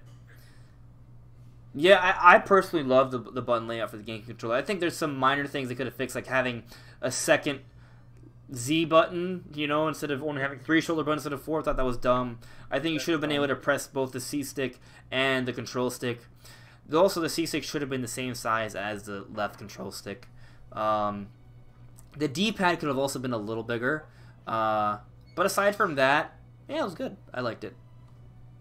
It was alright back in the day. You shut up. Stop insulting the GameCube controller. I tried to play Smash with the GameCube controller, like, on the Wii U, and I was just like, what is this crap? Why is this so bad? And then I never touched it again. I was like, this is uncomfortable. The buttons are weird. Like, there's not I was like, nope. Just no. Yeah. And then I grabbed the gamepad and I was like, this is better. This still sucks, but it's better than the GameCube controller. You're wrong. I'm just kidding. That's your opinion and it's okay with it. I'm not even sure. It's kind of like I prefer the GameCube controller over the gamepad. But the thing is, when I think about it though, I think about it in relation to its time. Right, so I was more satisfied with the GameCube controller during the GameCube era, right, than I was with the Wii U controller during the Wii U era. So, in that regard, I think the GameCube controller is better. But is it better by today's standards? I think that's debatable because the GameCube controller I think has really comfortable handles, and it's smaller, right? While the gamepad is symmetrical. And it has a screen on it, so you know there's some debate to be had there, I think. But I think relative to its time, I would say the game controller was, well, it was better for me. Both the gamepad and the game controller have both gotten flack, you know, and critiques. So you know, yeah. I never even back when I the GameCube was new and I had a GameCube, like I never thought the game controller was anything special. It's just like I was just another controller. Yeah, and in fact, back then, there was a lot of people that were put off by it. They saw this colorful thing that looked kind of weird and different. They're like, oh, looks like confusing. It's not perfectly symmetrical like my PlayStation controller, right? So, yeah, in that regard, I would say it's kind of a misstep by Nintendo because it wasn't good for branding. Yeah, it was interesting. Yeah. But again, I liked it, and that's all that matters to me. So, and if you think about it this way, the GameCube controller is probably the most used controller that came out in 2001. It is. Oh yeah. It is the most used controller. Nobody uses any of the other controllers anymore. Right. They're dead. But to defend, to more fairly defend the Sony side, they've been using essentially the same controller layout since the 90s. They've just added analog triggers and analog sticks and made it 10 billion times more comfortable. Oh, this is like the most comfortable that is a good controller looking in the universe. I don't. I have no problems with the PS4 controller. I've never had an issue with that. These are my 2 issues with it. 1, the analog triggers annoy the hell out of me because I always have it. If I'm laying on my bed watching Netflix or something, I always accidentally nudge a controller, and guess what? The triggers are way too sensitive. They press and it zooms my video like 10 times into the future or into the past. Or if I don't want to shoot something, if I just make a minor adjustment, it'll accidentally press the trigger and it'll shoot. So I think the analog triggers are too sensitive, in my opinion, for just overall comfort use with the PlayStation controller. And the other thing, the battery sucks. It's very short. It does. It's a fourth the length of the Switch Pro controller. Okay, and third problem with it, I personally don't actually like the grip on the underside. Sometimes the way I feel it kind of like irritates me. But that's just my own personal thing. Yep.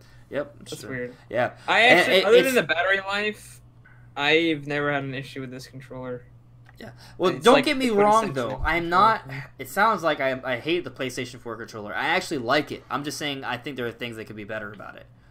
Yeah, because I do agree it has a very nice layout. The grips are very well formed, right? It has a good, nice piece of technology on it. I actually like the color thing. Like, I like the controller a lot. I even like the little touchpad in the middle. I think it's a great controller, but those critiques I still stand by. Yeah. So it's the most comfortable for me to actually hold with my fingers on both L2 and R2 and R1 and L1 like this, like your supposed controller. Yeah. All the other ones, I hold it like this, and then I do like this, which is it's way quicker to do. You want to know what annoys me? Whenever I have someone who plays a game that's available on another system, like for example Fortnite, right? Whenever like, oh, like here's a Switch controller, like people are like, oh, how does this work? The exact same way. It's the exact same thing. Works the exact same way, and there are people who have a problem with that. Maybe for me, because I'm so used to playing games on different types of controllers, that I'm like, oh, it's the same layout, right? I just don't understand it, but like I do understand that when people, for example, Xbox and Switch, right, like the A and B's are on a different positioning. So if A, B, X, and Y are flipped. Are flipped, right? So if you're someone who doesn't know the layout and you're like, oh, I have to look where the you look at the letter and like, oh, the letter, wait, that doesn't make any sense. But if you just think about how the controller feels and how it holds, the buttons are in the same shape. And so, like for example, if reload is the left face button on the Xbox, it's still the left face button on Switch, right? Yeah, typically. But the lettering is different, right? But the actual positioning is the same. So it just kind of annoys me when I don't know. It's just I guess I'm just a man. I'm really kind of like just picking at every little thing today. Yeah, maybe I am agitated because of my short-lived nap that made me late for the podcast. Yep, probably. What about PlayStation? Oh, the second channel.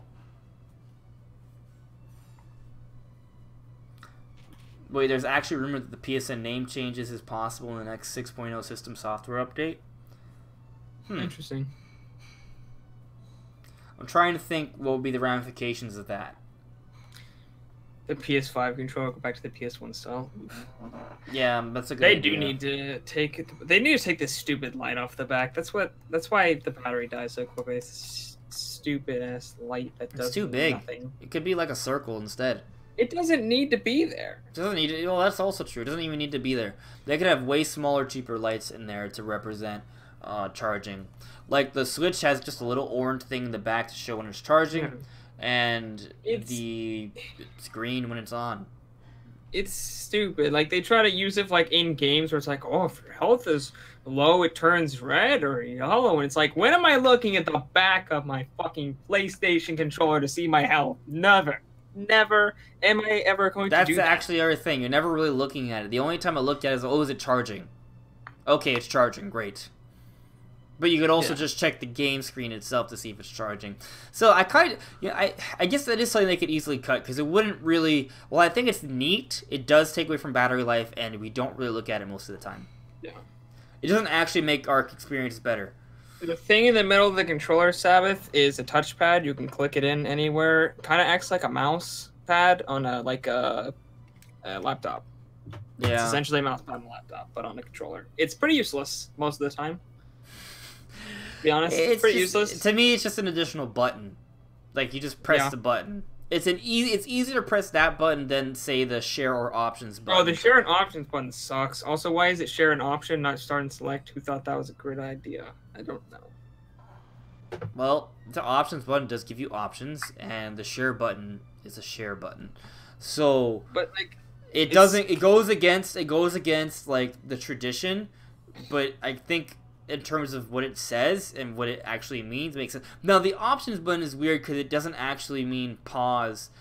Like, it's not. That's one. I think the share button's okay. I think the pause button is a problem. Actually, I think it should be called pause or start, not options, in my opinion. It's weird. I never really know what to hit other than share. I know I have the share button. Yeah. So let's move on to the final topic. So now there was this interview that came out, and I'm kind of read off some of his quotes here. Basically, there's this article that says Miyamoto warns video game industry not to be greedy. So what is he talking about here? Well, there's a couple of things that he sort of said related to like subscription services and fixed prices and such. So I'm going to kind of read off some of these quotes and we're going to talk about it. So the first thing he says, we're lucky to have such a giant market. So our thinking is if we can deliver games at reasonable prices to as many people as possible, we'll see big profits. That makes sense. Okay. And he says, I can't say that our fixed cost model has really been a success. We're going to continue pushing it forward until it becomes entrenched. That way everyone can develop games in a comfortable environment by focusing on bringing games to the widest range of people possible. We can continue boosting our mobile game business. Then there's one more quote here. It's necessary for developers to learn to get along. When seeking a partner for this, it's important to find someone who understands the value of your software. Then customers will feel the value in your apps and software and develop a habit of paying money for them. So here, basically, you know, what I sort of interpret of this is that Miyamoto is saying, hey, look, I think there is still kind of a market for fixed prices, right? And that is sort of what we're sticking with. We're going to sink with that ship if it goes down for a little while, right? But he also thinks that they should definitely work with subscription-style services and be careful about that. So basically what that means to me is that Miyamoto is warm to the idea of subscription-style services, games like, for example, I guess World of Warcraft, or even free-to-play game structures like Fortnite. So I think basically it just means that Miyamoto is flexible in trying out different things and working with different companies, but Nintendo's not going to change like their structure in terms of, like, for example, like Breath of the Wild and Mario Odyssey. Like, those are still going to be like $60 games moving forward. What do you think? I definitely agree. I also think he's kind of like making sure people understand, like, he's not gonna put in a bunch of subscription service stuff that is gonna like change how the games work too much, or make it to where it's like overpriced or something people don't actually want to buy. You know, it's more like doing it right, like not doing it like EA or something like that. There's kind of like making sure people don't think that Nintendo's gonna like put douchey subscription service stuff like EA does. Like, they want to know that, like, this is if they're gonna put subscription in it, they're gonna make sure it's the most consumer friendly way possible. They're gonna make it to where consumers actually like that more than like a paid kind of traditional thing like Fire Emblem Heroes. It's free to play, but you can buy orbs and different things or earn them in order to get different characters if you want them. Like, that's something that people like. They typically think to like that more than having to pay for the game. And if you want to get the extra stuff, you can pay for it if you want. That seems to be the general, like, people seem to enjoy that more, at least on the mobile side of things, than like say Mario Run, which was a fixed $10 price. People got really upset about that. If that had been free with like microtransactions, people would be like, oh, cool, I'm gonna get this. Yeah, I mean, I think it's, to your point, like, I think Nintendo is definitely being a lot more calculated than EA about this. I think they're way better at coming up with pay structures, right, and sort of adapting to these new trends in the industry that isn't coming off as shitty and not consumer friendly. Like, they're doing a better job than EA, but everyone's kind of doing a better job than EA, right? And then EA actually doesn't seem to care. Like, I think from the EA perspective, it's kind of like, look, we're gonna do these things, and you're gonna pay for our games anyway, and it's working. Yeah, and that seemed to be how they were. But I actually, with Battlefront 2 bombing so hard, they've been kind of pulling back on microtransactions a lot. So yeah, it's been pretty nice. I mean, it's still not, as good as a lot of other companies, but it hasn't been, absolutely terrible or anything. Yeah, there's like nothing. There's nothing from EA that I'm even interested in anymore. Like I don't care. I don't care. Like if they have a good game, I'm gonna buy it regardless. Right, but I do think their pay structures kind of impact my interest in some of their games. So, you know, I was gonna get Star Wars Battlefront 2. I was actually really excited for that. I got into the beta and I played that, and I thought it was awesome. And then I was like, oh, yeah, I'm not buying this after I saw the microtransaction stuff, and I still haven't gotten it. Yeah. So let me ask you a question. Do you think that there will ever be a time that Nintendo will release a major AAA game that is kind of like in the structure of, say, Fortnite, right? Where it's free to play, right? But it encourages a lot of in-game transactions. I think if they did, I think it would be something like a Splatoon or an ARMS. Like a new IP or a different take on one of their older IPs. It wouldn't be like Zelda or Mario for sure. I don't think they would ever do that. I don't think there's any hope that they're gonna release a Zelda game that's free to play and have microtransactions. It's not gonna happen. I think the way they modernize those games is what they do is that they release a base game, then they're gonna come out with the DLC season pass to get some additional content for a year. I think that's what they did, and I mean they did it with Zelda, they did it with Xenoblade 2. I expect they'll do it for Mario Odyssey, but they haven't yet. Yeah, I think it's gonna be something that work more for like a multiplayer game. Splatoon would have worked great. Like Splatoon would have. Oh yeah, because you want to buy these costumes here, you can pay money for it. But the thing is, all the costumes that you can get a whole bunch of costumes for free, right? You kind of just would earn them with your in-game points, right? So if they were to transition to force people to pay for that, that would be weird. However, if you get the game for free instead of paying $60, then it's kind of a different beast altogether. Yeah, and they could make some like way cooler outfits. Because right now they don't have any like. They don't have like a Mario outfit or a Zelda outfit or stuff. They just like kind of just plain outfits. Like if they started having like series crossover outfits that you paid for, that'd be really cool. Right, but so, the other problem though is that the gear in Splatoon offers actual stat bonuses and such, right? So if you start selling that, but it's not in a competitive way. Pretty much as any gear of a certain rank, it can be just as good as anything else, and you can re-roll. I would say it's well balanced. I would say it's well balanced. Yeah. There's no like costumes that are like, oh man, if you have this costume, you're better. Because as long as it's a 3-slot item, you can have anything in those slots. You can re-roll them into be anything. There you go. Yeah, you're right. Yeah. So then as long as there's an equal value for. Well, here's the other thing though, because if every paid item has 3 slots. Then what about those who get items that don't have 3 slots? Basically what I'm saying is if it's hard to get 3-slot items in Splatoon 2 at first, and it's just easier just to start the game immediately and just buy a 3-slot item right in the beginning, technically it's a competitive advantage. It's a slight competitive advantage, but it's not that big, and it's not hard to unlock 3-slot items. It doesn't take very long. It's really not hard. You're gonna have a lot of them very quickly. It is. I would say it's not as bad of a problem, like from what we saw, for example, like in Battlefront from EA, but it is a minor one. I do see some people having a problem with it. If you're extremely picky about it, then you could have a problem. But I mean, you to play the game for like a few hours, and you can get 3. There's another issue though, with this. If they were to do like this structure where it's free to play. Right, and then you just buy, costumes and stuff. The problem with that is that then the game, when you can't buy the game for free at a store, right? Like you can't. What I'm saying is, if they were to adapt that structure, there wouldn't be a retail version.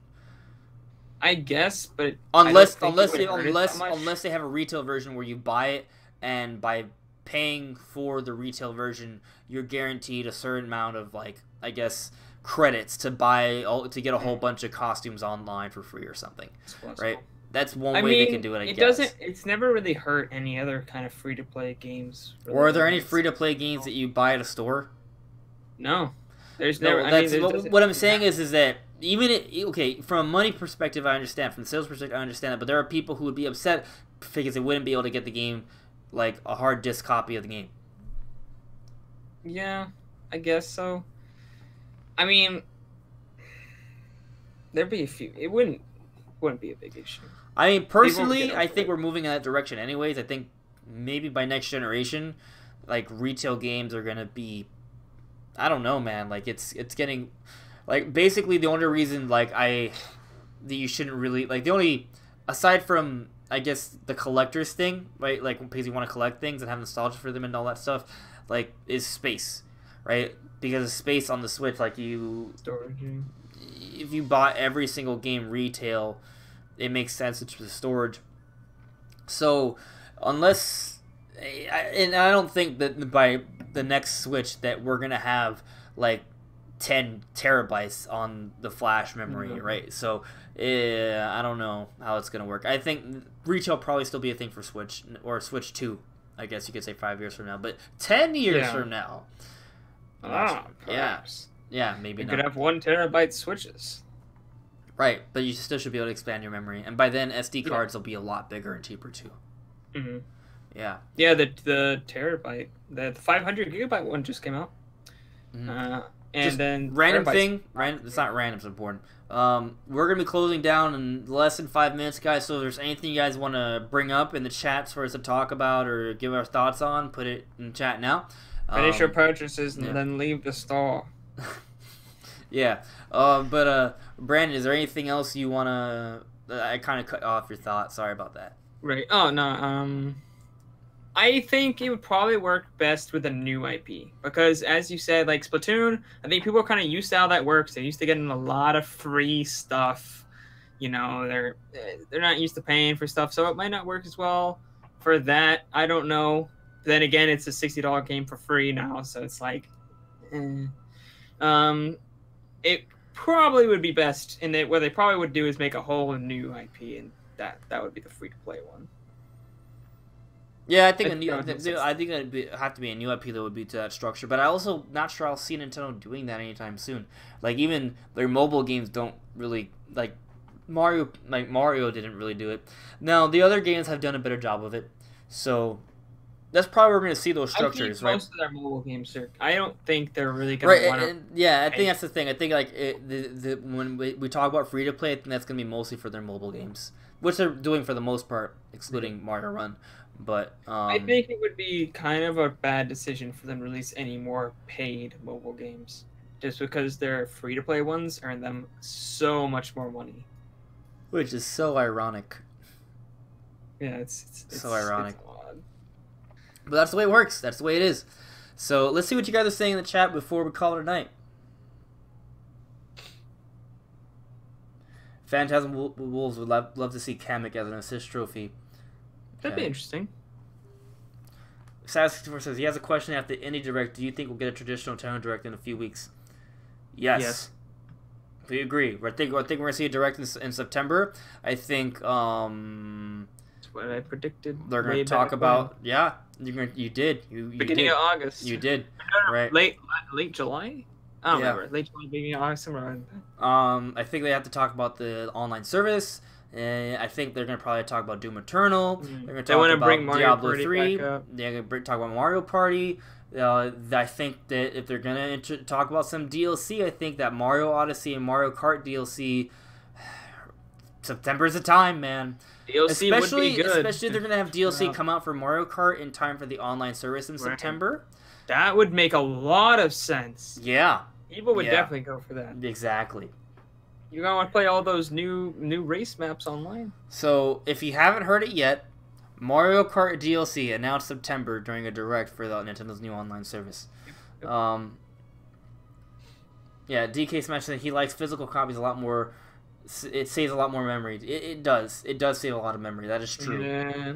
Honestly, though, but if I had a 2 terabyte SD card, micro SD card, that'd be really great for me. Honestly, Nintendo's games are so small.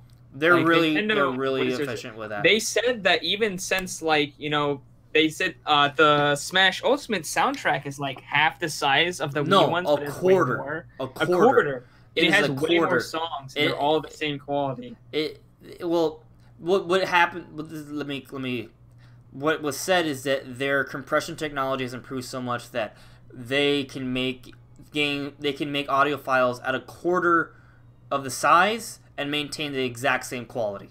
Right. Yeah. I mean, like games like as big as Breath of the Wild are only 13 gigabytes, and that was, compression has even gotten better since then. And that's Nintendo. Like, all other companies don't do that, right? Like, else, the thing is, a lot of people still don't understand that when, for example, if someone said, you see Breath of the Wild, it's 13 gigabytes, there's people like, oh, it's only 13 gigabytes. Well, guess what? Horizon Zero Dawn's 40 gigabytes. It must be way bigger than Breath of the Wild. In some ways, not really. It's not because the size is not necessarily indicative of how big the game is. It's Nintendo's compression technology, or the effort they put into their compression, is way better than most people. If Microsoft had been the ones releasing Breath of the Wild, it would have been over 100 gigabytes for sure. Halo 5. Just to, you think Halo game wouldn't be that big, it's just a shooter. You just go around, you go on different maps. It's got, some online stuff, whatever, not that big. You think, 10, 20 gigabytes, for, the other companies who don't do as much, compression, Nintendo might be able to get it smaller than that, like 5, but, the other companies, you think at 10, 20. No, that game's like 80 gigabytes. It's insane. And then if you get the 4K patch, it's like 100 plus gigabytes on the Xbox One X. Yeah, it's insane. Forza 7, not Forza Horizon 7, is 120 gigabytes on the Xbox One X. Oh, that's small. It's meager size. Meager. Yeah. And like Smash Bros. We got the memory size for that. It's like what? Like, I'm trying to remember. I don't remember. It's only a few gigs. It wasn't that big. Like 14 or something. Yeah, it was small. It was like around the same size. Size of Smash Ultimate. Okay, I can't type anymore. I'm dead. And I mean, like, if we got the 16 gigabytes, apparently. Yeah, 16. So if you get, like, the new 500 gigabyte SD cards, man, that feels like a freaking 10 terabyte on Xbox One, or, something like that. Like, that's way more, like if you get Nintendo games, there are some bigger, like, ones that are, like, 30 gigabytes for, like, third party, but if you're mostly getting Nintendo games, you're gonna have a hard time filling up that 500 gigabyte SD card. Yeah. It's Nintendo is. I think they do it for that reason, because they know they have to be very memory efficient with their games because of the limitations they put on their own hardware. So that's probably one of the reasons why they do it. But I appreciate it for sure. Oh, yeah. So there's an interesting question. I'm definitely looking forward to the Direct. Phantasm was saying he thinks they'll show off a section of former assist trophies becoming characters for Ultimate, like Isabel, Skullkid, and Shadow. Yeah, I think September could be a time. I think definitely the Direct in September we're gonna get some reveals for absolutely. Yeah, maybe some smaller. Not as many reveals as the most recent Smash Direct, but a couple, maybe at least a couple character reveals. Because I think they're gonna have another like full Smash Direct, probably like late October, maybe early November, somewhere around there. Yeah, I like this question from DK Smash. So he said, if you had to pick one, Link or Samus. So context I think matters here. So if it's who do I want to be with for the rest of my life, I'm gonna pick Samus because she's a very powerful, very intelligent, beautiful woman, right? And I like girls. But if it's someone I have to be, I would like. I mean, Link lives a better life, I think, right? Because he doesn't live in isolation. He has people all around him. He goes on adventures. Samus is always alone in very scary places, fighting incredibly dastardly monsters, and all her friends and family die. Right? So, in terms of quality of life, I'd rather be Link. In terms of who I'd want to be with me in life, I would pick Samus. But if you mean who I would prefer to play as, in what game? Right. The entire Metroid series versus the entire Zelda series. I go with Zelda because Zelda's my favorite franchise ever. So it wins against anything. I'd rather not have to pick. But I mean, I guess I would go with Zelda because I've played more Zelda. I mean, I've played a lot of Metroid, but there's just more Zelda available. But I think to me the medieval style fits more to what I love more than the sci-fi style. I love both. But, I'm way more of a medieval kind of guy. But the Zelda world excites me just a little bit more than the Metroid world. More fantasy than sci-fi. But I mean, if we're talking about like my favorite games of all time, like Metroid Prime is right up there with Ocarina of Time. So, you know, it's kind of like, Metroid Prime might be in like my top 20 or 30. Yeah, you just, you know, I'm booting It's you. really good. I'm gonna but boot it's you not from the like, podcast now. How do I It's boot? not the best. How do we It was boot? definitely like How do we an boot 8 Brandon? to 9 out of 10 game. Gotta get him out of here. He shouldn't be here. It cannot stand, for me, it can't stand with games like Breath of the Wild and Ocarina of Time. It just doesn't. You're wrong. I don't know. I'm just kidding. I mean, like, your opinion is, no. It's still high up there, 20 or 30, that's high. You are not entitled to your opinion, Brandon. Oh, no. No. I mean, it's top 20 is still pretty good, I guess. But Metroid Prime is a masterpiece. It's pretty damn good. And your opinion is still wrong. Just, yeah, well, I mean, I would also say that Ocarina of Time, I don't think has aged that gracefully. I think Metroid Prime has probably aged better than Ocarina of Time 3D, and it aged. Well, really yeah, Ocarina of Time 3D was also updated to have been aged better. They upgraded the animations, they upgraded the controls, they upgraded the graphics, right? They upgraded the sound. I mean, you're comparing an N64 game to a GameCube game, so obviously the the GameCube game is gonna hold up more. Yes, that's really a testament to like how good the game is, though. You know. Well, okay, all right.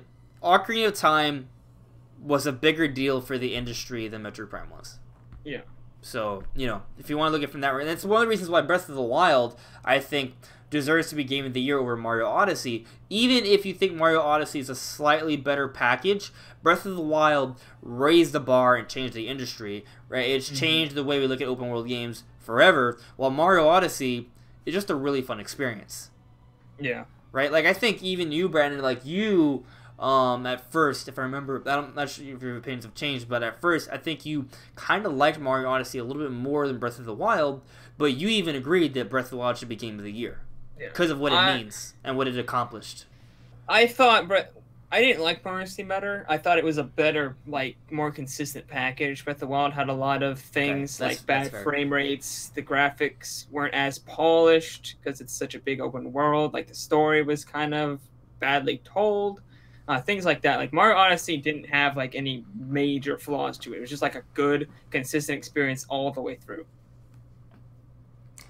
Right, yeah, I would say, Mario Odyssey feels more polished. But Breath of the Wild, I think, is one of the, like, if we're talking about, like, in terms of history of games and what they've accomplished, I think Breath of the Wild accomplished more. Oh, yeah, way more. Yeah, but Mario Odyssey is still a game changer. Don't get me wrong. It's just kind of like one versus the other. For the series itself, though, and it doesn't really have and not for gaming as a whole. Right, yeah. I'm for the Mario series, it changed the Mario series probably, in my opinion, just as drastically, almost just as drastically as Breath of the Wild changed the Zelda series. So. I'm gonna have to disagree with you there.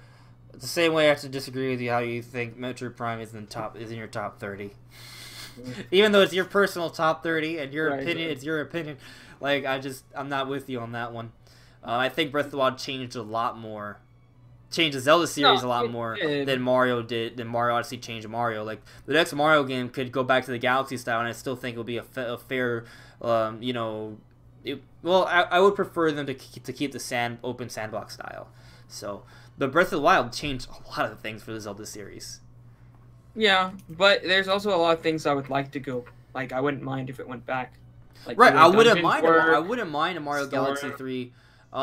You wouldn't mind if they were to go back? For Breath of the Wild, I wouldn't mind if they went back and did some things that are more in line to the older games. I think the next game is going to be it's still going to be Breath of the Wild-esque, but it's going to have some of the tropes from the originals, like the dungeons, like more of the typical dungeons. Items, I really like how the items work in the older Zelda games, to be honest, and the way they interact with dungeons and stuff. Yeah. There's a lot of things that I really think that Breath of the Wild did a lot better, but there's some things that the older games just do better than Breath of the Wild, in my opinion. Well, it's not perfect. Absolutely, I agree with you. So, I don't agree with you putting Metroid Prime in your top 30, but whatever. You're just gonna keep bringing that up. I'm never gonna stop. Gonna take it to my deathbed. Metroid Prime 4 gets its real trailer, and they're like, "You thought Metroid Prime was in your top 30? How dare?" It's like, what? I don't even know what to say. Yeah. What was I gonna say? Oh, Saga 646 Smash will probably be Game of the Year. Well, Prediction: fighting it will games not don't be Game of the Year, and this is the Fighting main games reason. just don't get This Game is of the the main Year. reason why. One, there are so many different game awards, so I think it may get Game of the Year somewhere. But Smash comes out December 7th. The Game Awards is the night before, so it cannot get Game of the Year at the Game Awards. Yeah. So that's the thing. That's the problem. Also, fighting games never get Game of the Year. It's like RPGs; they just don't get Game of the Year. It doesn't happen. They just don't. But Smash, I think, is going to be the biggest deal of the year. I think. Well, it's either that or going to be God of War, right? But God of War is going to get Game of the Year. I'm telling you that right now. Yeah. It's getting Game of the Year. I feel like Smash is gonna have a longer lasting impact. Actually, God of War, I take it back. There's one game that's gonna surpass all of them. Sushi Striker. No, it's actually Super Mario Party. No, I'm just kidding. No, I'm just kidding. I do think like God of War had a very big impact at first, but now it's just like nobody talks about God of War anymore. Like Smash, I think it's gonna have a much longer appeal. Just with like DLC, it's gonna have bigger legs. Although God of War, man, is made history, so we'll have to kind of see. But I think Smash is I think is gonna have more of a profound impact for years to come. But God of War is breaking all sorts of records for Sony, so Yeah, it did really well. Like I'm really interested in it. Absolutely, it's coming to PC. That's like every Sony game. I kind of like how Xbox completely ruins their Xbox brand, brings everything to PC because it means I don't have to buy their console, which is the opposite of what you should do for business. But hey, it fits me, so yeah. I guess since I've upgraded, I guess now technically I have an Xbox. Not really, but you know what I mean. I can just play all the Xbox games on my PC. Is what I'm saying. And they'll look better. Unless you had an X, then it would look better in the X. But yeah. Yeah, maybe. Honestly, the X is more powerful than my CPU. But I get that 60 frames because my CPU doesn't suck ass. Yeah. Uh-huh. So on that note of you sucking ass, because you put Metroid Prime in your top 30, I think we're gonna call it a night, guys. Because Metroid Prime should be in your top 5, and if it's not in your top 5, you should play the game. Because you cannot, if it's not in your top 5, it means you haven't played the game. I'm just kidding, guys. It can be wherever you want. But me, Metroid Prime is one of my favorite games ever, along with Ocarina of Time. And I also think Breath of the Wild. I have to wait a few more years to see where I can put Breath of the Wild, but it's definitely up there along with Mario Odyssey. And I think Smash Ultimate is going to be. It might be the best Smash, at least since Melee. I'm kind of getting those vibes. It might even be bigger and better. We'll see. Only time will really tell, though. But yeah, guys, thanks for coming around, and stay tuned. If you haven't seen Brandon before, make sure to check out his channel. It's What About Nintendo. The link to his channel is in the description below. Do you want to shout out your channel even more than that, Brandon? Anything else you want to add? Sure, yeah. I do different gaming live streams Mondays, Wednesdays, and Fridays. Big, highly edited videos Tuesdays and Thursdays. And then I do Coffee Talk, where I chat with my subscribers about the latest Nintendo news Monday through Friday. So it's kind of like a mini podcast every day. Very short, though, compared to this one. So, yeah, that's kind of what I do on my channel, other than, Patreon and stuff like that, which you guys can check out if you want. Yep, so make sure to check that out, guys. And also, if you haven't checked out my Twitter or my Instagram or my Twitch or my Patreon, that's way too many different things, but check out one of those things. Check out all the things. No, just one. Well, if you guys check out at least one of those things, I'll be extremely happy. We also have a Discord. I didn't mention that one either. But whatever. There's a lot. But anyways, guys, thank you so much for listening and watching, and we'll see you all really soon. Have a good night. Bye, guys.